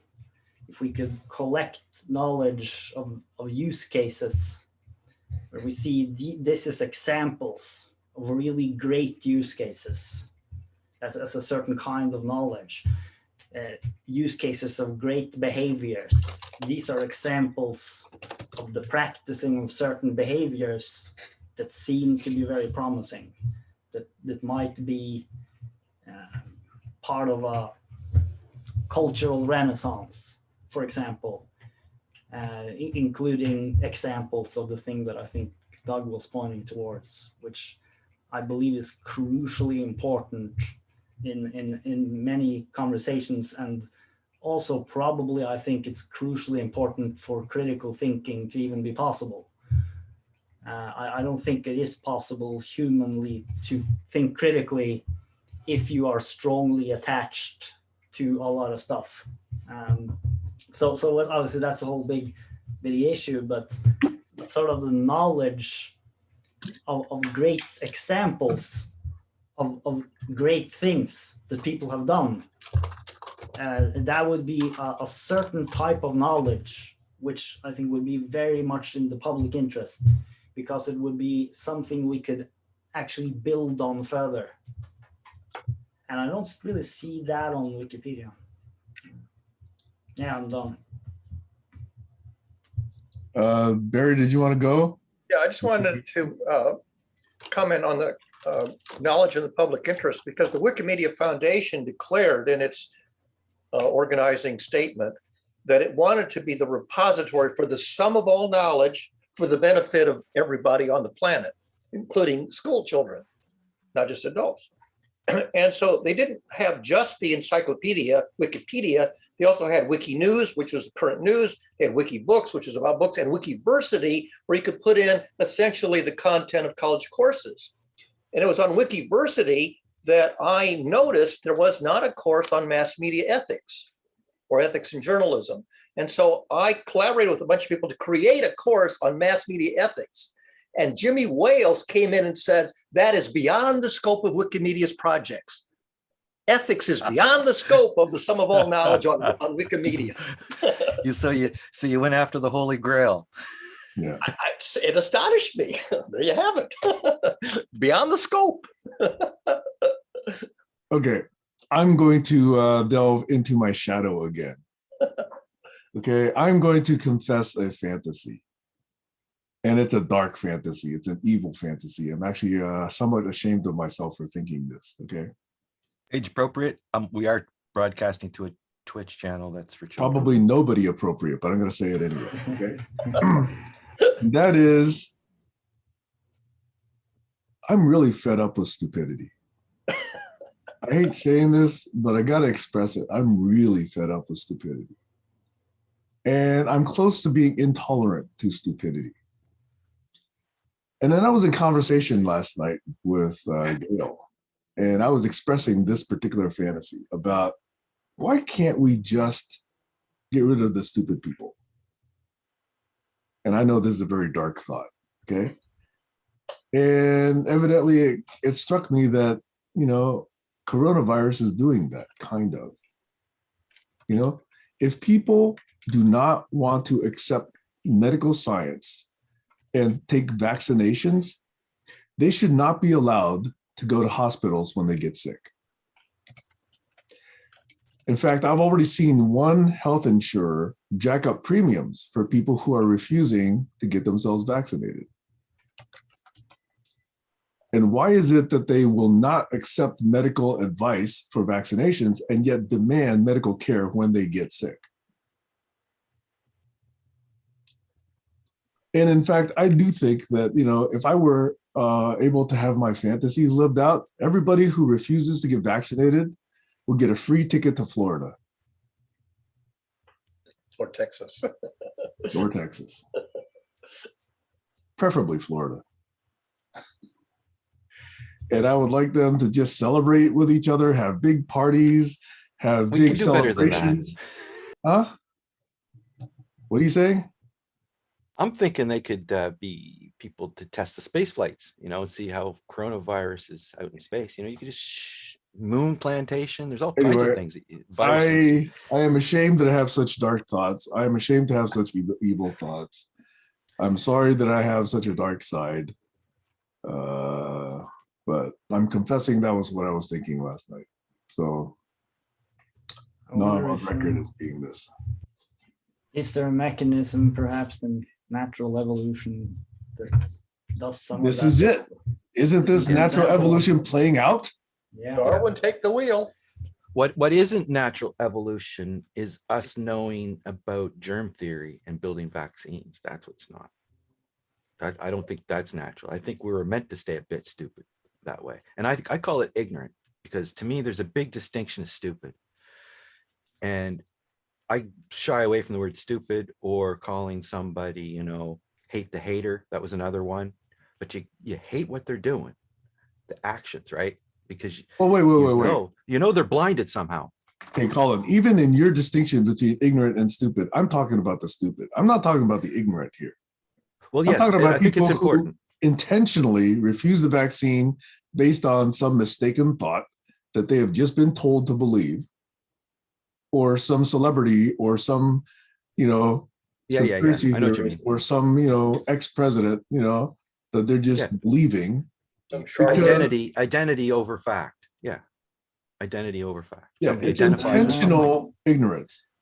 It's intentional. Well, that willful ignorance is what I call it. Yeah. I call it willful ignorance, and I think it's one of the greatest sins So because I'm not going it to, means you're not- wordsmith and argue Smith. It means you're not even. It means you could be smarter. Yeah. Like somebody you who's can- stupid can't be smarter. That's the distinction. They can't learn. That's why they're stupid. They refuse. Some no, Yeah, no. some Well, of they them. can. It can be attitude based, of course, but they refuse to learn or can't learn. Yes, good distinction. Refuse to or cannot learn for whatever reason. The ones that refuse to learn might be able to come around if they change their identity a bit, which was what the link was I posted this morning, was it with Michael Shermer. But the next thing is that people who are ignorant are to be expected. Like we're all very ignorant in many, many things. I'm not So- talking about the ignorant. No, I know. But the willful yeah. ignorant are like Willful. really, really bad because they know that they're lying.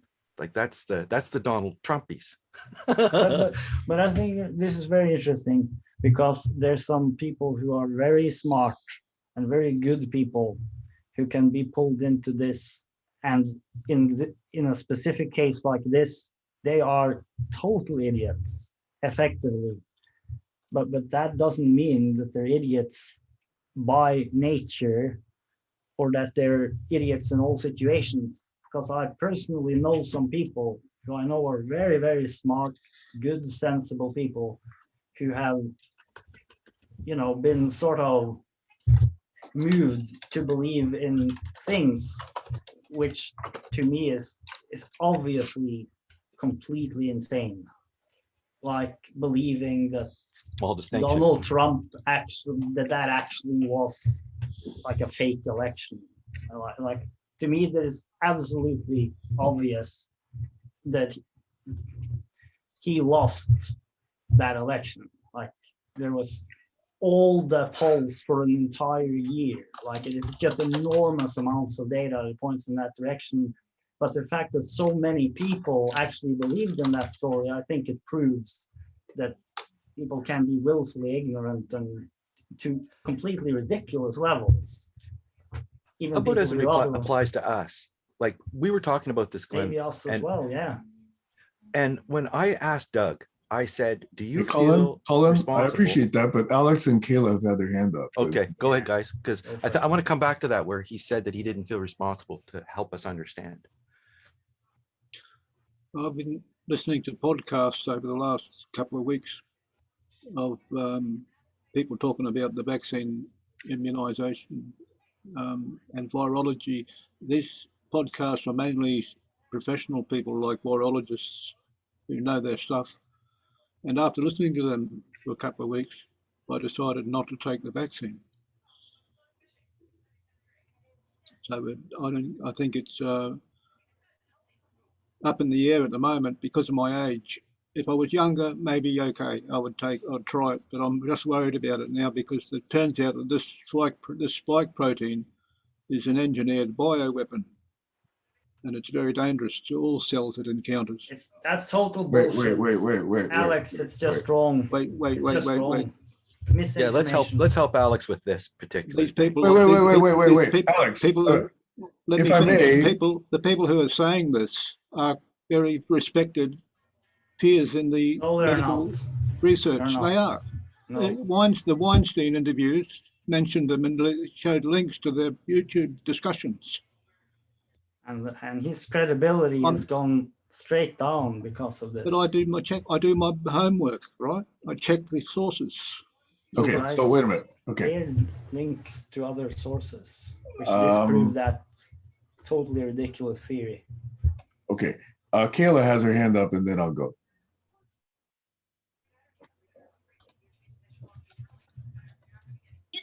Thank you so much for giving me my turn. I just wanted to say that's a wonderful fantasy. I actually fantasize about that myself. But the only problem is there are some really stupid people who've gotten vaccinated. And what are you going to do? They're fine. If you want, They're fine. At it's least they're like, not dude, spreading the infection. really? They're not spreading the but infection. there are also some brilliant people who do not, for whatever reason, get vaccinated. And I don't want to go into that because I know everybody else has, an opinion about that. And, just as somebody who has bouts of bimboness, I would have to say that even though it's a wonderful fantasy, I might get ousted. Oh, I want to contribute. Go ahead, Sam. Okay.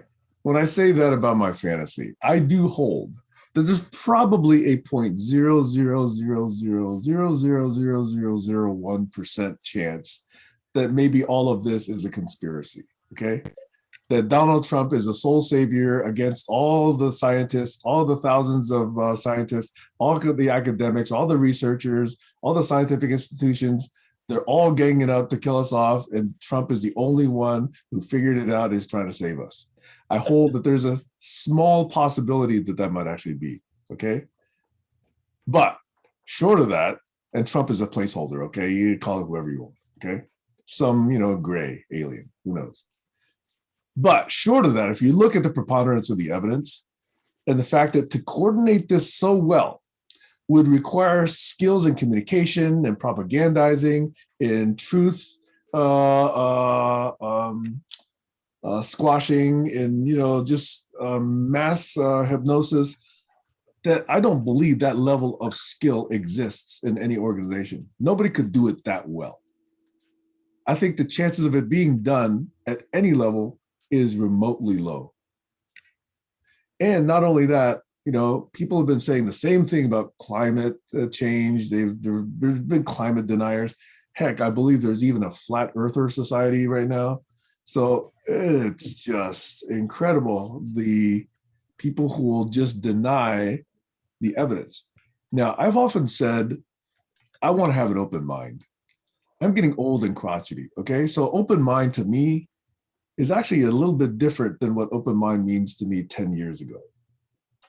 Open mind to me 10 years ago meant I have to listen to everybody, give them a fair chance, and really, see if they've got a strong foundation on which to, convince me that I've misunderstood something, okay?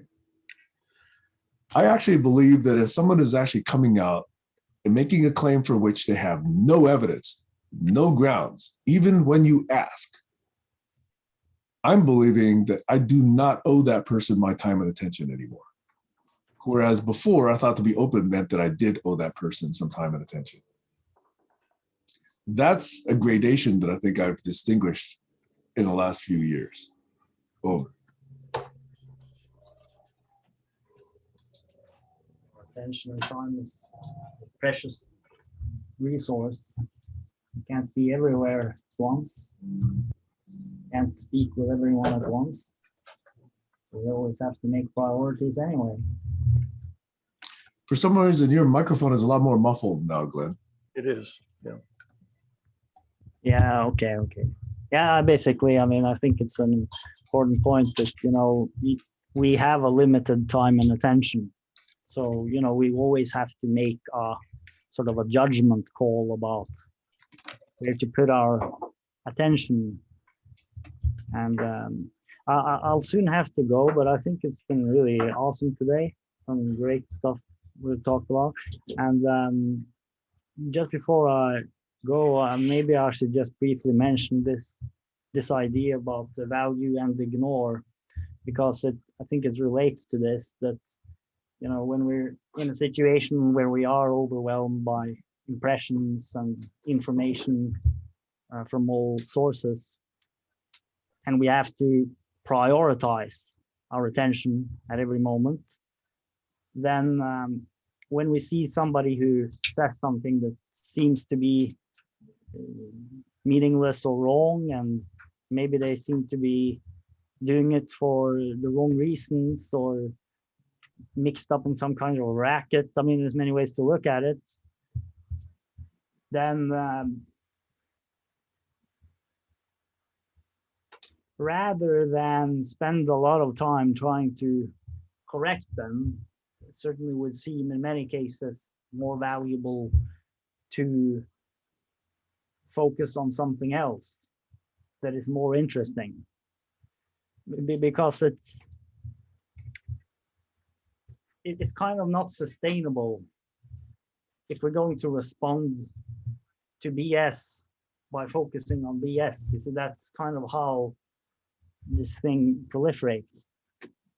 Now, if we speak to a certain person, for example, and they're speaking some crazy talk, there's probably something else that I could speak with that person about, where they would speak from a completely different place, and it would be much more interesting.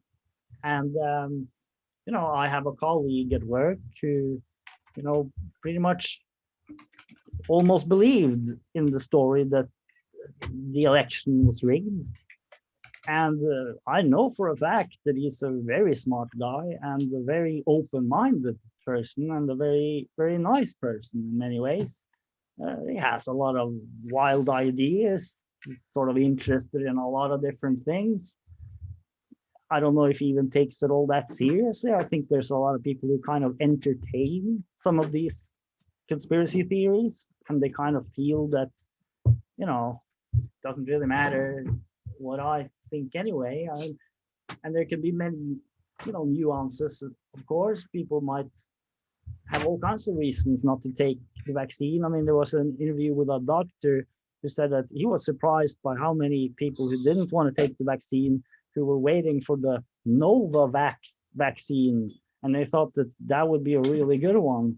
And that was actually not insignificant amount of his patients who said that they were waiting for that vaccine. So I never even heard of it. So obviously that can be all over the place as well. So I mean, it's always good to not assume the worst. And so there's, the people who believe in the whole QAnon theory that Sam just referred to, right? But you also have a lot of people who think that parts of it is partially true, and that there are certain systems that are kind of rigged against the common person, and especially financially and so on. So, in some sense, we got to take it case by case, but the idea, kind of thought about it, that if we do take it case by case, and we do in any case prioritize what people we're communicating with and so on, that it seems to be a good general approach to look for value where I can find it, and basically not try to spend my precious limited time and attention on fighting against the most stupid stuff that's out there. And I also have the impression that the people who actually do spend a lot of time fighting the really stupid stuff out there, they suffer enormously. And many of them get sucked into it in all kinds of ways. So yeah, I think that could be a sort of a practical rule of thumb to try to focus on what's most valuable.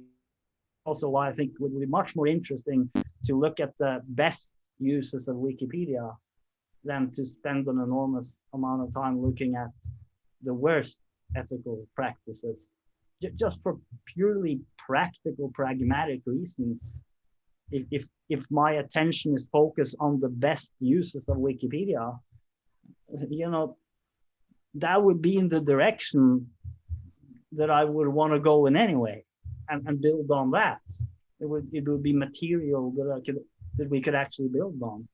So yeah. So I think our culture in general is way too focused on everything that's wrong. I think we could have a lot to benefit from appreciating all the gifts that exist and all the good things that people have to bring and all the gold in the traditions, and to really focus on those and try to lift those forward and build on those further. If we could have a strong movement for that, I think it could really make a difference. Yeah, leave it at that. Thanks, Glenn. Colin, you got your hand up? Yeah, thanks, Sam. So yeah, I thought I would do what I wanted to do earlier, and I wanted to reference back to something Glenn and I was talking about yesterday. We had a one-on-one, and we were talking about bringing some themes to the group that either mentors or people whose ideas that we can show that speak for what we are trying to say. Now, right here, we're going to hear what Sam has to say. Now, if I don't know if you can hear my video, or I'd have to actually share a Zoom screen to do that. I think when you Maybe it's too late in share the show. If you share the screen, I think there's an audio option to make the audio come through more cleanly. Okay. Yeah, maybe that's the best. Share the screen. Yeah. That would be great to So see. if I could just. Do you find the audio option? It's on the lower left of the Yeah, it's in the lower left. Okay, share screen. Yep. Share sound. Share sound, that's it. Yeah. And it would be this one. Is he going to get infinite recursion when he shares the screen? I don't know. Let's hope not. Let's hope we're sharing the right screen. So I think this is it. So let's see what happens. I think you're getting infinite recursion on the video. Part of your life. Maybe not. You mean coming empty? Doug has his hand up. Okay, so this is where Sam responds to this idea of coming empty. Other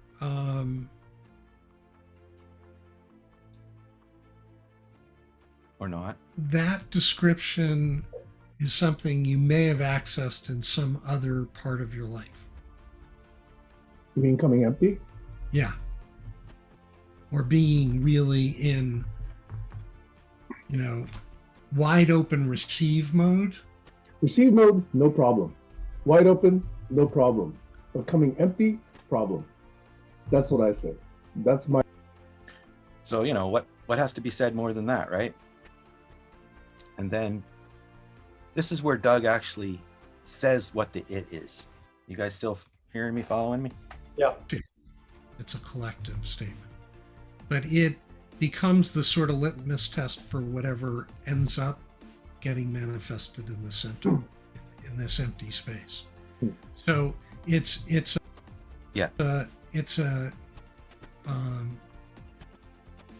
a different experiential orientation to.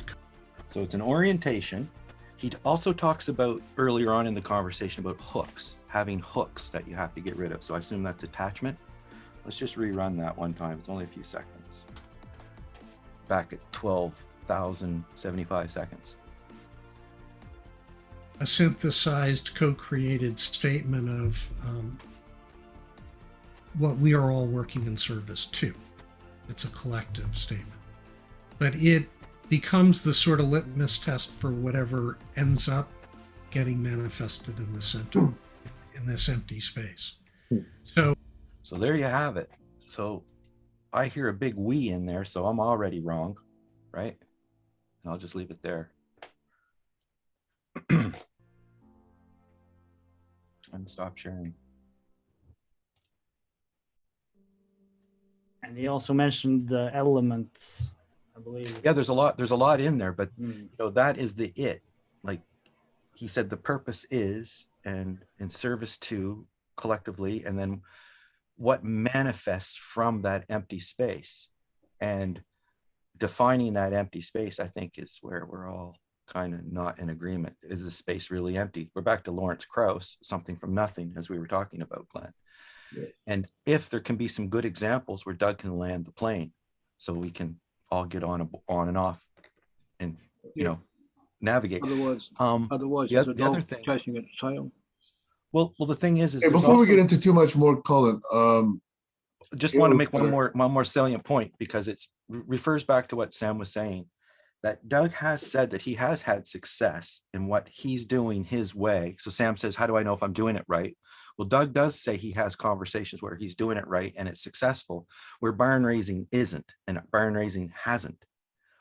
So right there, I call that the cat that swipes the idea off the table. And I've accused or brought that analogy forward, where if you don't bring the right thing to the table with Doug, he'll just sort of shoot off the table. And I'm sure there's a really good reason for why, like when the Chinese master beats you with the stick, there's the Zen cones and all that stuff, But anyway, let me just leave it there. Thank you, Sam. He also didn't have any recordings of previous sessions to share. I asked him, can you share an example? And he said, no, I don't have them recorded. Yeah. Hey, thank you. Kayla, your hand is up. I just want to say thank you, Glenn, for circling back around to the earlier conversation about some of the things that we don't say enough of, or focus enough of. I agree with you that this world tends to focus more on a negativity. And I know that it's part of human nature. And I do believe that it is everybody's right to acknowledge the bad things. Like, for instance, when you talk about history, specifically his education or history in terms of educating our children, like, I think it's important to talk about the difficult negative things that have happened in the world. It's the only way to really kind of reconcile, in my opinion. Everybody is accountable for recognizing that parties were at fault. However, if you do look in history too, there were certain examples that are very positive and not too many people know of because it's lost, and it's part of what I wanted to talk about a couple of weeks ago. Most of the ancient societies were impermeable, except for one particular society, an example that I know of, that you can, elevate from being poor to being rich through being an artist. And I can talk about that some more in a couple of weeks, but it's nice to be able to say, hey, there are some wonderful examples in history that we can draw upon and perhaps utilize as a conclusion. Not all hope is lost.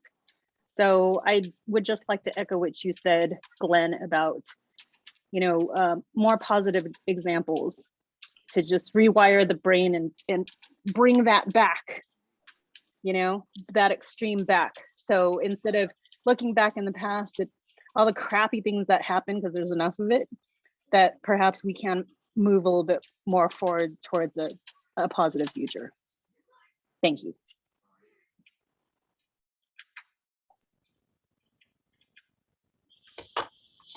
Thanks, Kayla.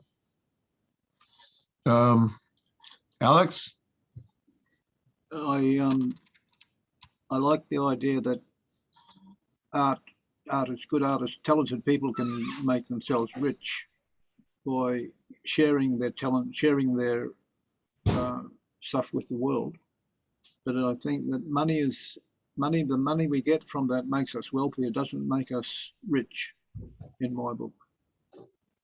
It's a difference. There's a difference between wealth and richness. It's not to do with money. It's to do with your ability to get along with people and create harmony in the community. Over.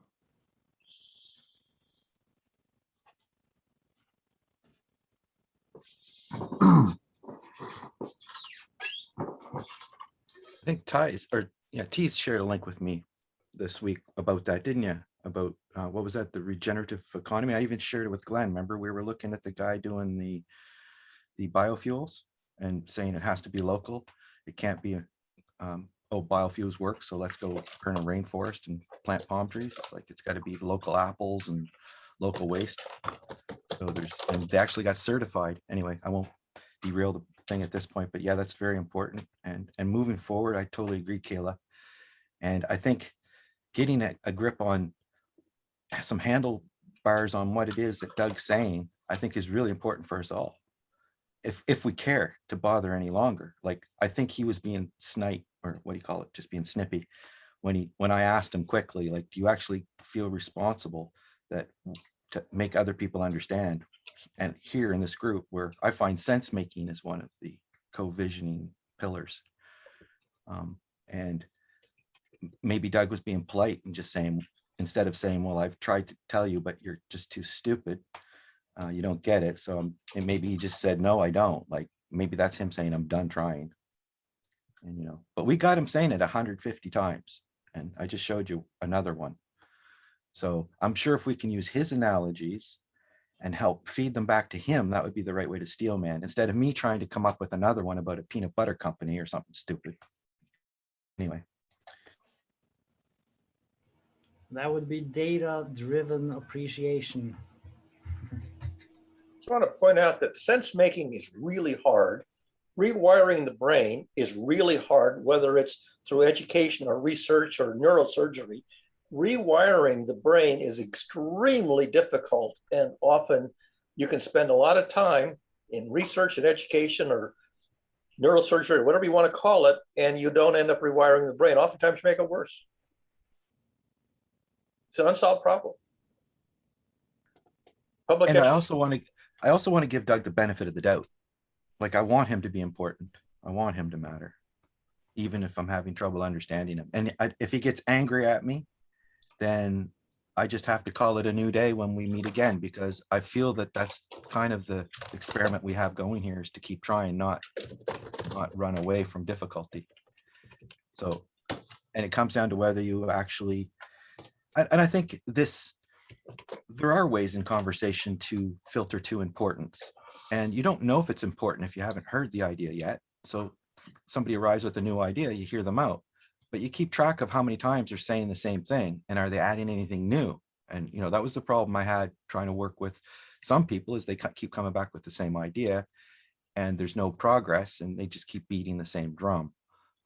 Maybe Trello could help, like, move baby steps of those things. Like, okay, I'm going to put a suggestion or a feedback on there. Even Zulip could have worked. If it's all intention, right, Sam? Anyway, I'll let it go. But the collaborology and co-visioning and coexistence and understanding and sense making, to me, are the kind of the pillars. And I feel everybody in this group honor that. So, except for maybe Doug's language. I don't, I'm just not feeling the love. What can I say? I also feel that way. And I also feel that what Doug is bringing or wants to move towards is probably essential for sense making to actually work. So it's very interesting to try to understand it. And if we could use some data-driven approach to actually get him to say it with his own words, as he has on many occasions, could be. Yeah, anyway, I have to go, guys. So been really awesome today. Let me just add, I think there's actually a lot of people who come to these conversations with a degree of openness. I think that is welcome, and that we can lean into. You don't have to ascribe to it, words like leave everything at the door to recognize openness to new ideas. Over.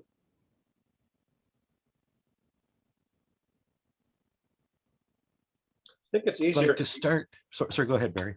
I think it's easier to be open to a entertaining theatrical performance. You go to a theater, movie theater, or a stage theater, or a storytelling session, and somebody's going to tell a story or put on a performance, put on an entertainment, and you can leave sort of all of your real world stuff behind and sort of enter this imaginary world of the theater. And it's easy to leave behind everything.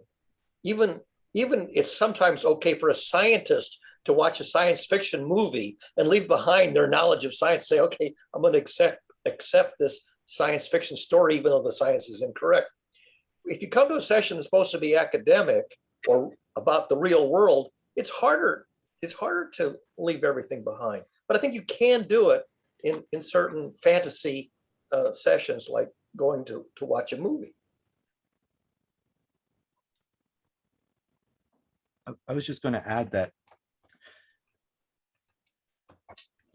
Doug seems to be going in the right kind of the direction of wanting to build something new, right?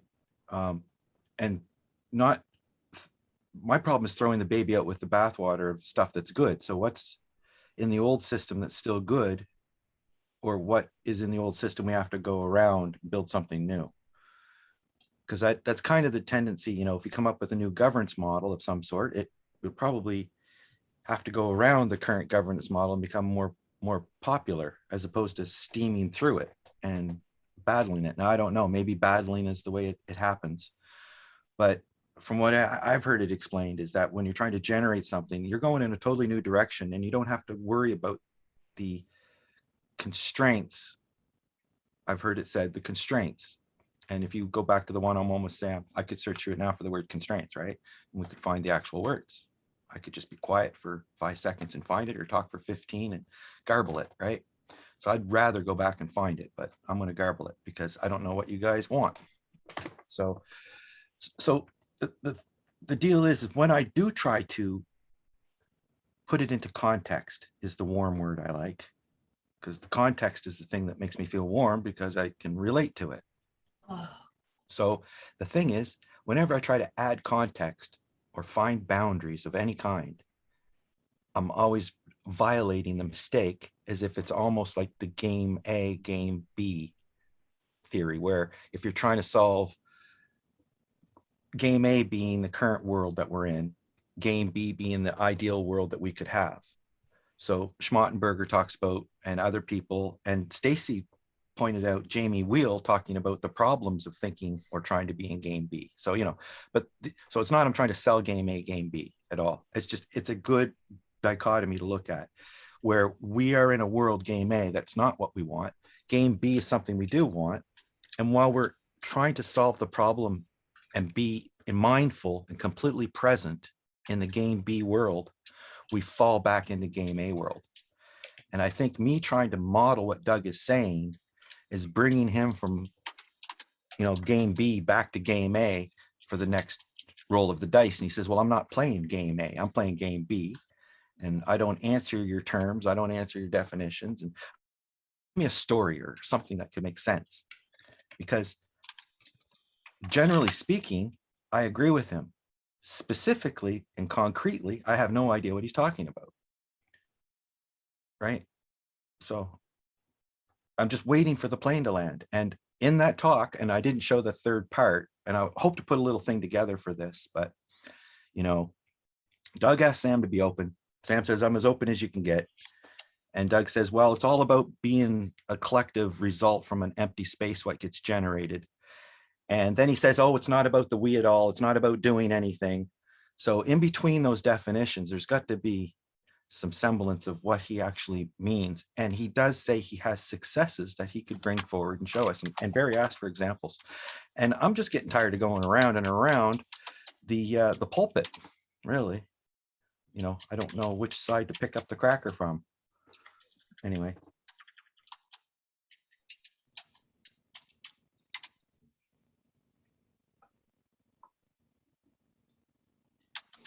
And I like Doug, right? So if I didn't like him and I didn't think he had something important to say, I'd drop it, right? Boom.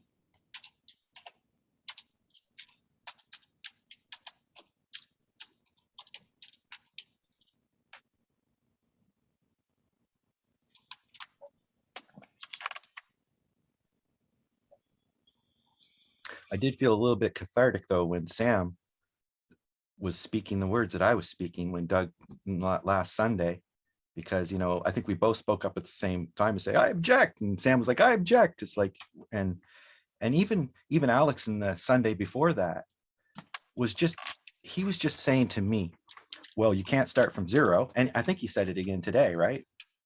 And so you can, but you won't get far. yeah, well, as soon as you said that, Doug took it as a signal to say, okay, these people aren't ready to take part in presence, so I'm not even going to try today. The experiment that he set up the week before that I was waiting for. So I asked him like 3 or 4 times, when are we going to start? Okay, can we do Doug's experiment? Because I'm willing to pretend I'm in game B, even if we aren't. And when I'm talking to Glenn, I got to do the same thing. Because Glenn is a dreamer, right? And he takes you into the futurist and, imagine this way. And who's the guy who does Comically Enlightened, Thijs? Homer, or is it Ken Homer? Yeah. I recently highlighted him on the GCC.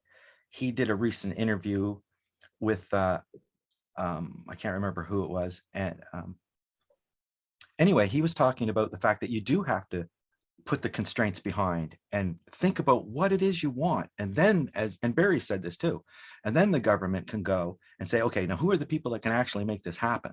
Then we'll figure out how to do it. The people who are making the decisions aren't the people who know how to implement it.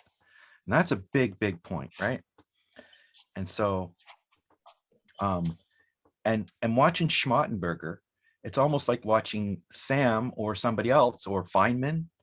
And I would like to bring those people in little bits and pieces to try to set a direction, and Doug as well, if he has something. But if I can't map what Doug is saying, then he's his own God onto his own temple. And, I don't know. I don't want to shit on Doug, but at the same time, I didn't appreciate when he said he didn't feel responsible to help us understand, or maybe it was just me personally. I don't really think he meant that. I still think I'm just going to keep saying I'm mishearing him.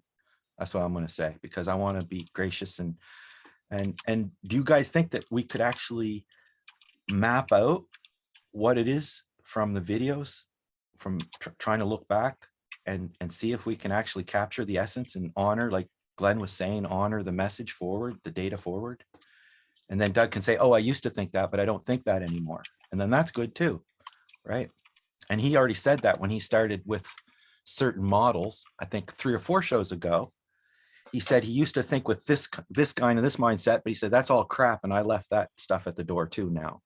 So we could look at what that model was, and we could add it to the pile of anti-solutions. So we know that those are mistakes when you're talking to Doug. Then you have a bit of a boundary. So you find out the things you're not supposed to do, as well as the things he wants you to do, if we could figure out what he wants us to do. See, Alex, does that make sense? Or is that just crazy?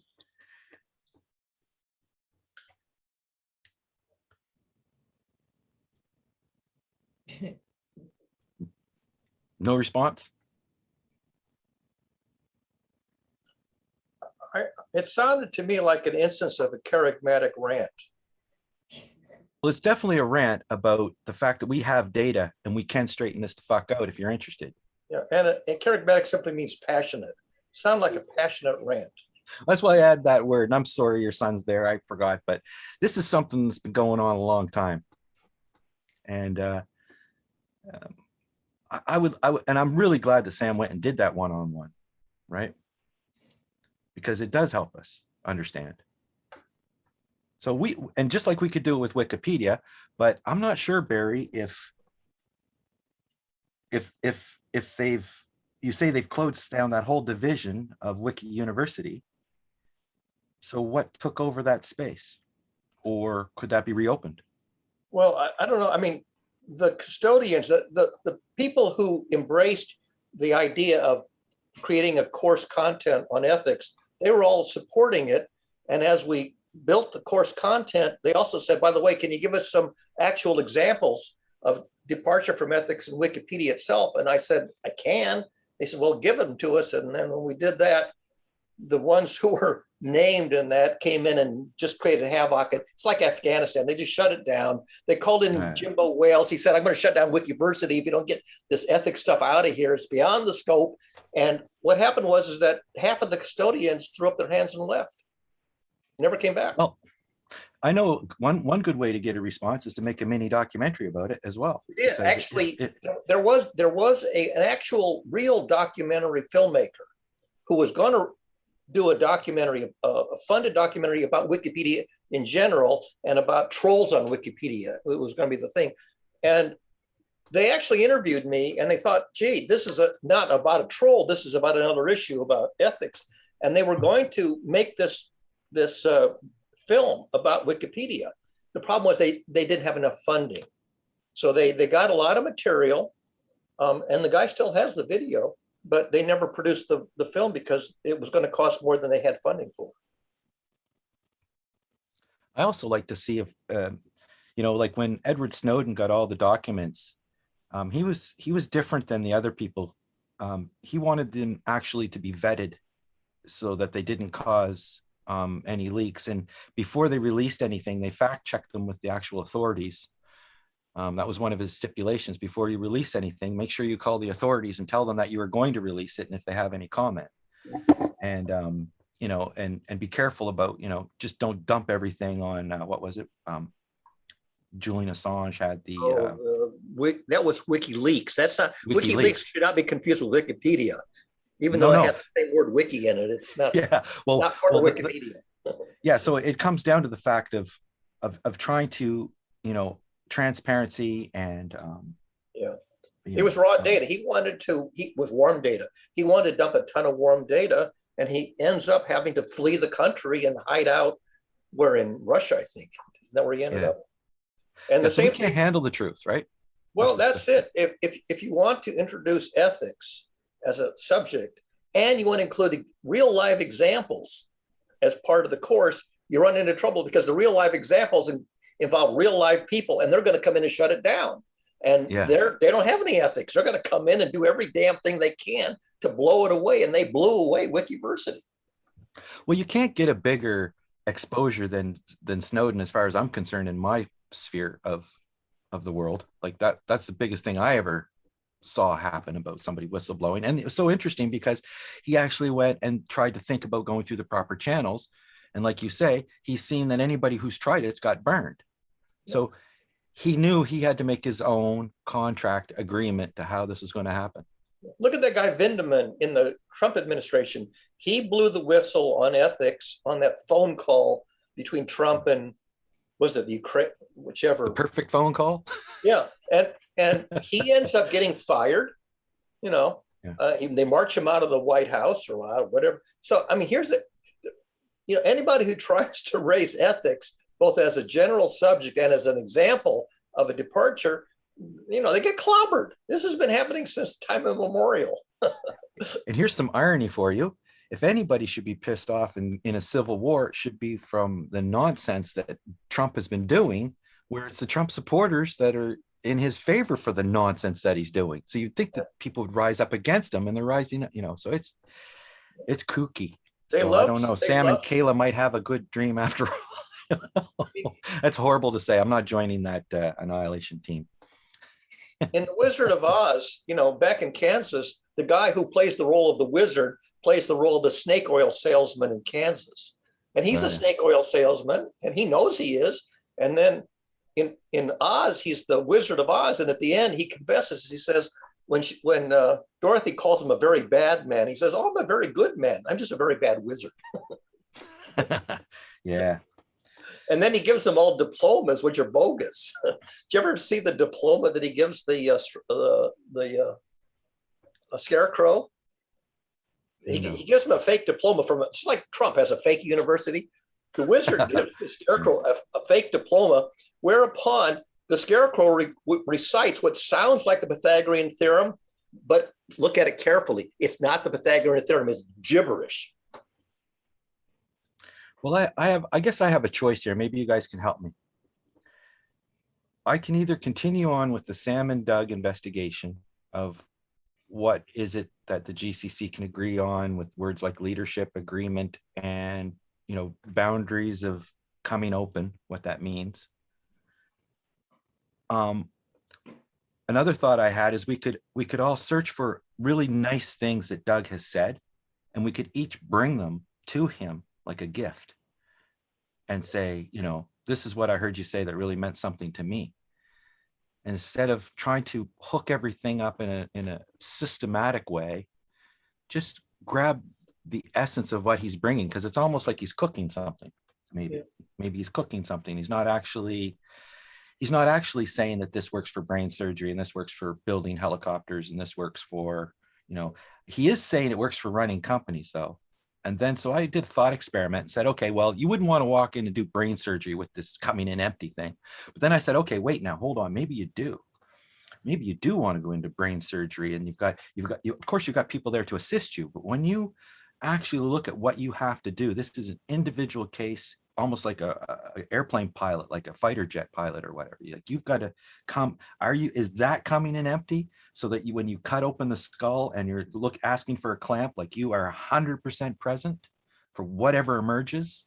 So maybe the thought, because that's why I kind of said, well, you wouldn't want to do that with brain surgery. And then I go, wait, now maybe you would want to do that with brain surgery. No, there were two very famous airline pilots. One was the guy Sullivan, who successfully landed a plane on the Hudson River. And the other one was JFK Jr., the son of the president. And he flew his own plane with his fiance out in New England Harbor or whatever it was. And he crashed it, and he and his wife died.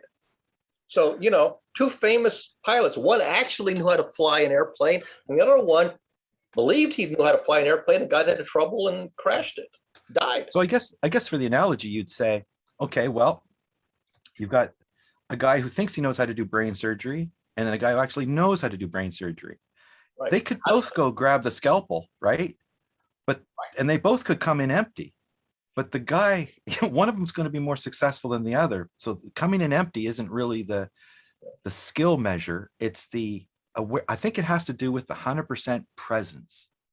Like, it has a lot to do. We can go back and look, but it's really, to me, I hear Doug saying it over and over again. And then Sam says, well, maybe I'm taking Sam to be too literal, because I can be 100% present while I'm, making a coffee or whatever. I got the headphones on, and I might even put the coffee made put it in the wrong order and say, oh, wait, because I'm paying attention, right? I'm present. So maybe, so there is some distraction, but 100% present.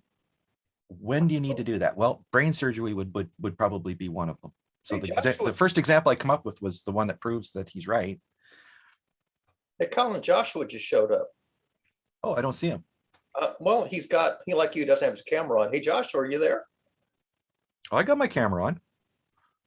Oh, yeah. There's Joshua. How's fatherhood? Oh, you're still in bed. Yeah. Talk to us. He's in the after show. I'm just listening. I really don't have much to say. I'm just listening and hearing everyone making sense out of the world. And Glenn said Weinstein fell from grace. Is that true? Who fell from grace? Well, because he's doing vaccine conspiracy stuff. I missed that whole circuit of news. I missed the name. Who fell from grace? Eric Weinstein. Who's he? He's Brett Weinstein's brother, of course. Who's Brett Weinstein? He was the professor from Evergreen University who got booted out because of these social justice warriors gone mad. It's quite a thing. It's a whole academic drama. I'm sorry, I don't recognize him and his wife, Heather Hastings, have a podcast called The Dark Horse. And his brother, Eric, came up with the theory of everything. And Joel was really happy about Eric, because Joel was sort of a student of Eric Weinstein and his theory of everything and the 16 dimensions and total mathematics, physics.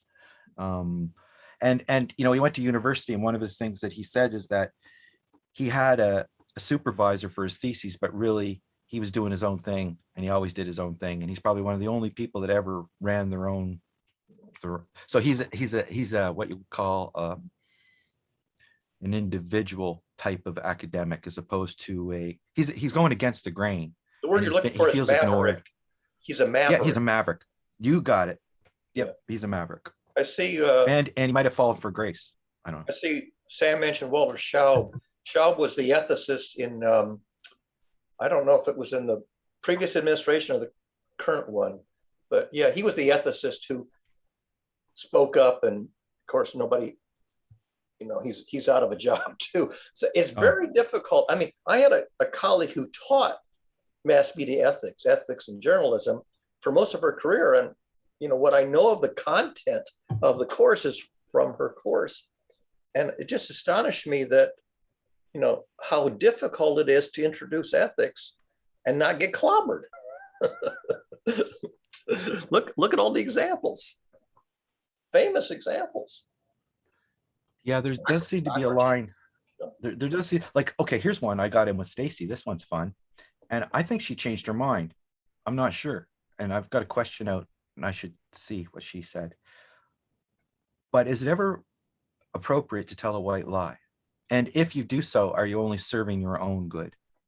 That was another thing added on afterwards. So that's, you know, we use metaphors obviously instead of white lies. We use metaphors which are so obscure that the person that hears it doesn't know really what it means until like 2 decades later. Yeah. It's like diplomacy. Diplomacy is the art of telling somebody to go to hell in such a way that they're looking forward to the trip.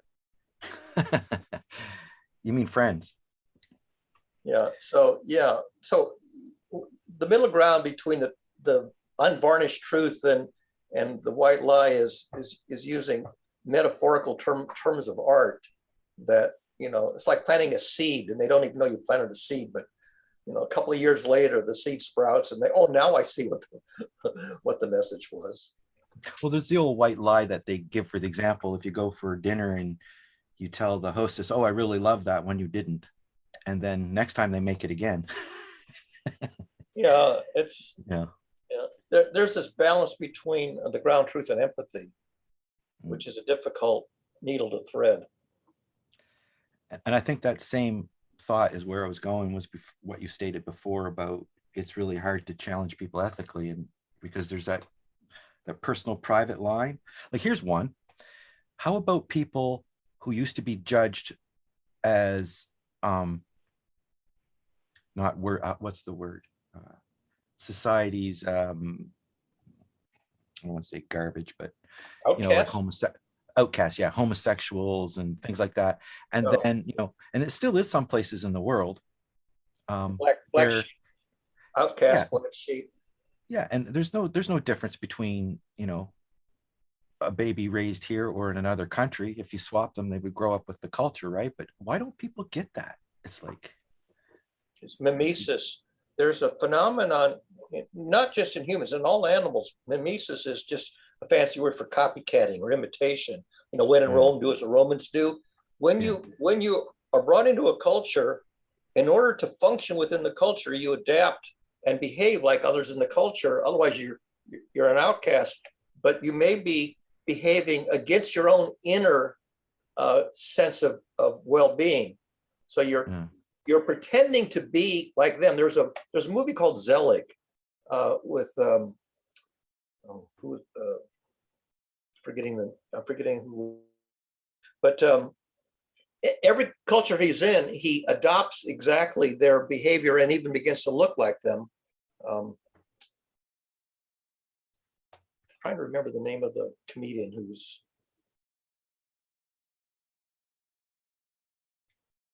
the one who was married to Mia Farrow and got into trouble by marrying the adoptive daughter. What's his name? Yeah, that's not good. Anyhow, so this Zelig is a good example of a movie of becoming just like everyone around you, even if everyone around you is sort of in a crazy making world, because then you can fit in. So it's fitting in versus, you know, being authentic. Unresolvable problem. Woody Allen, find the movie Woody Allen Zelig. It's, you know, he fits in, but then he's inauthentic. And if you're authentic, then you don't fit in. Yeah, Woody Allen's kind of interesting. He's got some interesting stuff, some bad stuff. What's the name of it again? Zelig. Zelig. I think it's the surname of the character in the movie. Okay, I got it. But yeah, you can probably find it on YouTube or someplace. I don't know. Woody Allen Zelig. This will probably get us copywritten if I play this. So yeah, but yeah, it's fitting in versus being your authentic self. Whoops, got a bit of a delay in my response because the computer's lagged with all the attempts to do media. But I was trying to relate that to. So yes, you got the mimetic phenomenon that all humans go through. And I would like to try to parallel that with the idea of a child recognizing their reflection in the mirror at a certain time in their life, like around age 2, I think they start to recognize themselves. Yeah. So the fact that, you know, the child grows into this awareness with maturity, or another one, I hope there's no children listening, could be, let's see if I can keep this abstract and you'll pick it up. I never like to do a spoiler for The Man of Christmas, but you know, at a certain time, you know, that the Christmas man, the jolly soul, doesn't work the way you thought he did when you were a kid, right? So that's the one I used to use. And I'm thinking that same effect should kick in, and I'm wondering how it does kick in for some people. It's kicking me to realize that, you know, the culture I've been brought up in and the memetics I've learned are very much that, and I can't judge another culture just because they learned a different set. I can't judge them being wrong just because they're different than I am. I don't need to take that analogy any further, as you know, because we're getting into the difference between ethics or just difference, and realizing that difference is okay because you do recognize yourself in the mirror, and you know other people can recognize themselves in the mirror, so they are valid. It's almost like the reverse thing of saying your God's valid, my God's valid. The reverse is, if only one God's valid, then the chances are they're all not valid. This is the opposite to that, right? If one person has a valid identity and recognizes their culture, then everybody should recognize that. And what I'm saying is, why is there bigotry? Why do people hate other people? Joshua has his hand up. Go ahead, Josh.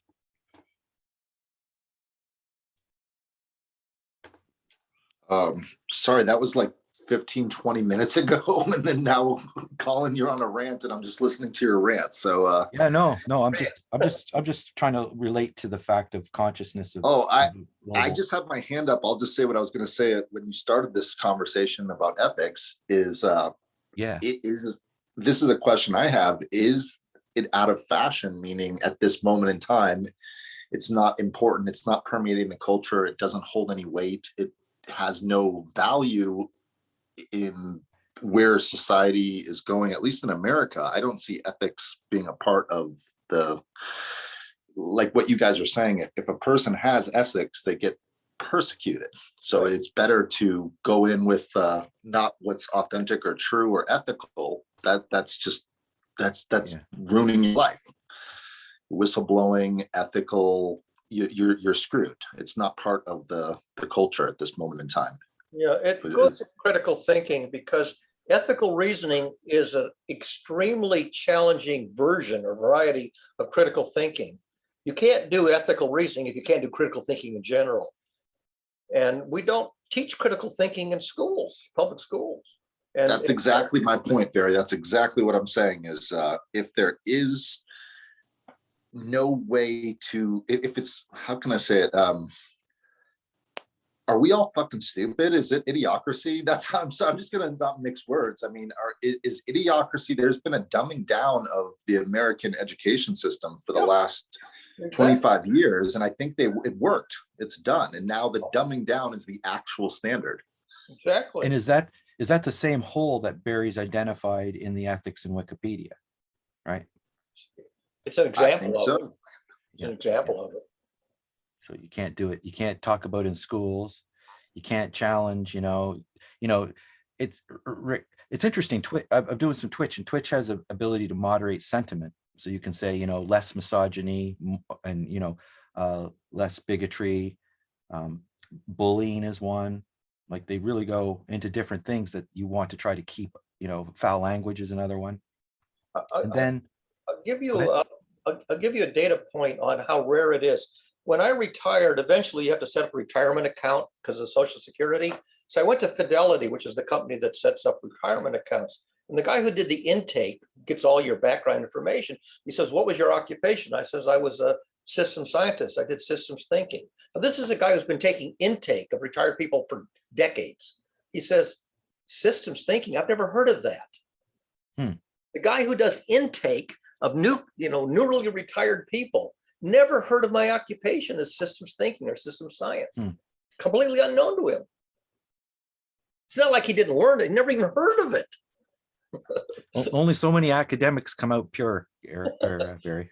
I mean, that, talk about critical thinking. I mean, it's rare. I mean, people who can do ethical reasoning are pretty rare, and they don't fare well. They don't fit in. Yeah, definitely outcast was the word I was looking for. Yeah. Outcast, black sheep, ostracized. Not so much black sheep, but more so in the past. Like that's what the religion thing for me, that's where that stains it, because I thought the third kind of, here's you're gonna like this, Barry. I have more of a solid design idea.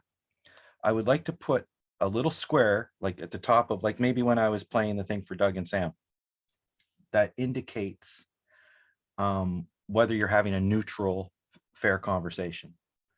I used to use the word secular, but I'm trying to get away from that word secular.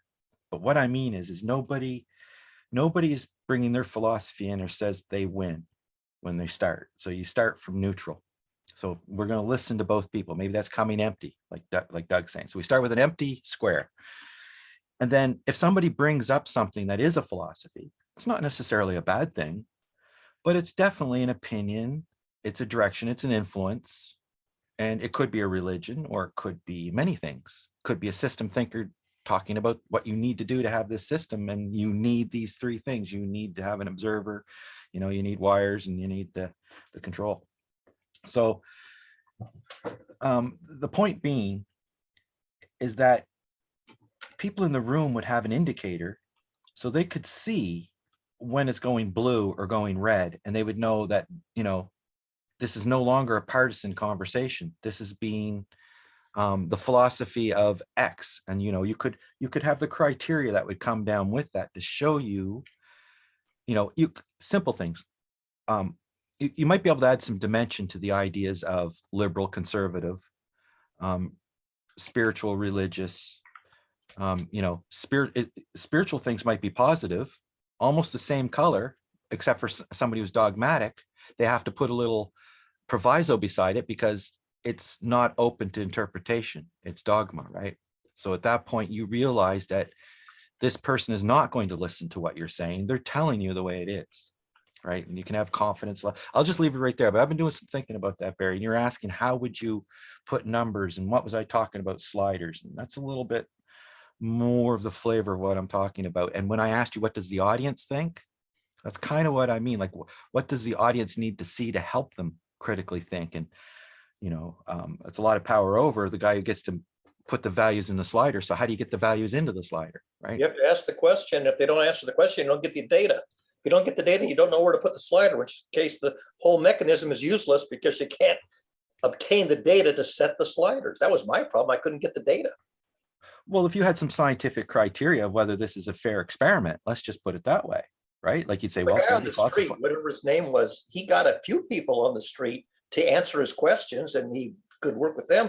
But maybe there were people on the street who he never published the videos because he could never get them to answer the damn questions. Yeah. Well, it's all interesting. I think I've spoken my ideas. That's a beautiful scenery behind you there, Josh. Okay, Stacy's backing out because she's got a horrible headache. Josh, what do you have to say? Turn your camera on now. You're outdoors. Oh no, I was just gonna say I usually have the camera turned the other way, so it was sunny right now, so I had to flip over because I usually am here earlier in the morning. So yeah, that's just. Yeah, you got to back up. So you got to back up to see it. You come too close at the wash. I'm usually this way like that. Yeah. That's familiar. So this now I feel like I'm home. saying, I felt like I was home a minute ago. This feels like vacation now. No smoky fires where you are today. What's that? No smoky fires today where you are now. It's really clear today, actually. This is the first day I've seen in weeks where I can see a little bit of blue in the sky and not gray. Super. So that would be a hallelujah. I'm pretty happy about that. Okay, so well, yeah, I'm a little concerned. This conversation was a little concerning for me as far as the polarization of all the different voices in the room. It just feels like we're getting more polarized. That's what I'm hearing. So I didn't want to add to the polarization of vaccines or no vaccines, masks or not masks, ethics or no ethics, truth versus insanity, stupidity versus Yes, intelligence. that's it. Stupidity and critical thinking, I think, was the theme. Yeah. Schismogenesis in action. That was the Yeah. word that Gregory Bateson coined for this polarization phenomenon. It's such a ubiquitous phenomenon, this polarization, and we're in the midst of it. Even in JCC, we have this polarization. Maybe not as dramatic as we have it, at the global or domestic political scale, but we can't seem to get away from this polarization.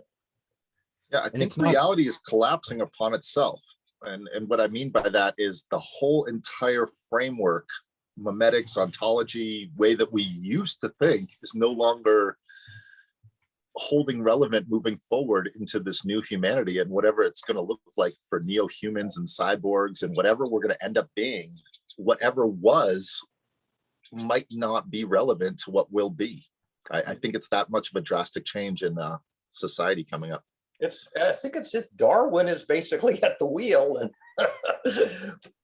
there's going to be this huge famine. They're talking about famines coming up, and we might see a huge die-off of the 8 billion or so humans as we're moving into a regime where the planet can't sustain 8 billion people for whatever reason, multiple reasons. Yeah, it's getting really serious. I'm trying not to get depressed. I'm more like, if you're not depressed, you're not paying attention. Here's a Thank question. you. Here's a question, Josh. Do you think that Doug, and I asked this in the light of the fact that Doug congratulated you for being someone who he seemed to be listening and asking him the first time, even, wasn't it, Barry? The first time someone's ever asked me that question? Didn't you remember that? How did that make you feel? And what do you think it is that Doug has positively to give us, so I'm not asking the wrong questions? I just watched a broadcast twice this week. It was Lex Friedman with the second conversation with Yosha Bach. And they're both trying to understand both artificial intelligence and consciousness. And the best framework Yosha Bach could do is that we don't know what consciousness is because we are in a dream state. And if we have base reality, we wouldn't see things as they are because just the mere fact of being human, we're not allowed to take in the information that is of waves, particles collapsing in quantum physics and all the rest of reality of ultramagnetic spectrum. We can't see all that. Joel world, you mean?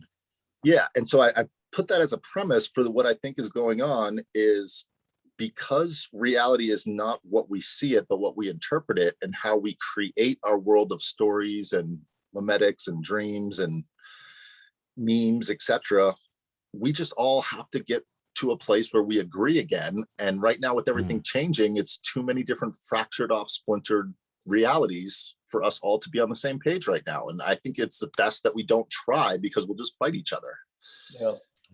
The world is still. I don't want to fight. I'm coming from a compassionate place. Is if you really believe that, if Sam really believes that there's this reality, then please stay in that with all your ethical belief and act upon that and do good. Like I don't see it if it's not hurting if we aren't hurting each other, believe whatever you want to believe. And if you believe that you need to hurt someone to do that, well, make sure you're the biggest person in the room because there'll be someone stronger that'll come and hurt you harder. So there's always, if you think you're the smartest person in the room, there's always someone smarter. There's always someone stronger. Most powerful military on the planet got clobbered by a bunch of, small group of amateur fighters in Afghanistan. And that's the Bible story of David and Goliath. That's the reason that story exists.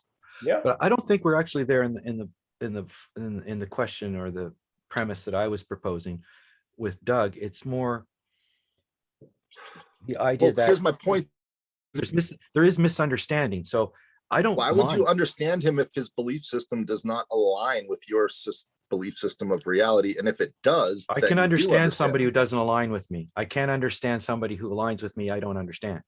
So can I ask you? I'm sorry, I wasn't listening very well, and I'm just taking my first sip of coffee. So can you tell me what is it that you don't understand about Doug, so I can be fruitful in this conversation? I'm apologizing because I didn't get your question properly. Well, actually, it's quite easy. You just have to watch the one-on-one with Doug and Sam recently, because I feel Sam is now speaking my No, frustration. but I'm asking you specifically. I saw you show that earlier in the conversation. Yeah. What is it that you didn't understand about the one-on-one? So we can talk about that. About Well, Doug. I haven't watched the whole thing yet, but what Okay. what I've come to understand is it doesn't matter what analogies I come up with, they're of no value to Doug. The blank table, the cat with the paw, peanut butter company, anything, any analogy I've tried to bring up to try to help understand, to steel man get feedback is like, I'm wrong. So that's why you always hear me say, well, just ask Doug and find out where you're wrong, because that's what I feel like always comes back. And it could be because I have the stench of my old world tools. Like you're saying, like the world. Well, maybe you haven't processed the data yet. That's what Barry was saying earlier. If you haven't watched the whole thing, how can you understand? And even if you did, you might need more well, data. no, this is old. This isn't something that just happened the last few weeks. Like there's 150 times Doug has said it. Heidi used to say it all the time.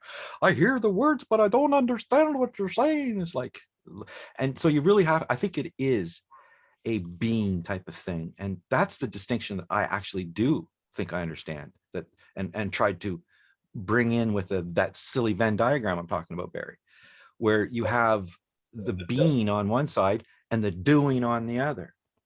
Barn raising's about doing, Doug is about being. So Doug is about presence. Yeah. Sam is about science. So I think it's a marriage. Well, I shouldn't use the word marriage. I think it's compatible, but only if the boundaries are respected. And if you can't define the boundaries, you are fabijabedied. The intersection is called becoming. The intersection between Yes. being and doing is becoming. Yes, we have to define the becoming, Barry. I'll give you that one. The becoming sliver is tiny. Sometimes the becoming sliver is Hold on. not existent, and sometimes it's a tiny sliver of overlap. It's also over time, because that morphs. Where it was a year ago, that's not where it is now. And that progress is something else to map out, because one of my gripes was, well, is Doug doing GCC unblocking or doing a new Doug conversation thing that he's doing like Gertrude did, and he's just using the GCC name and the GCC time and taking some of the GCC people and influencing them a new way.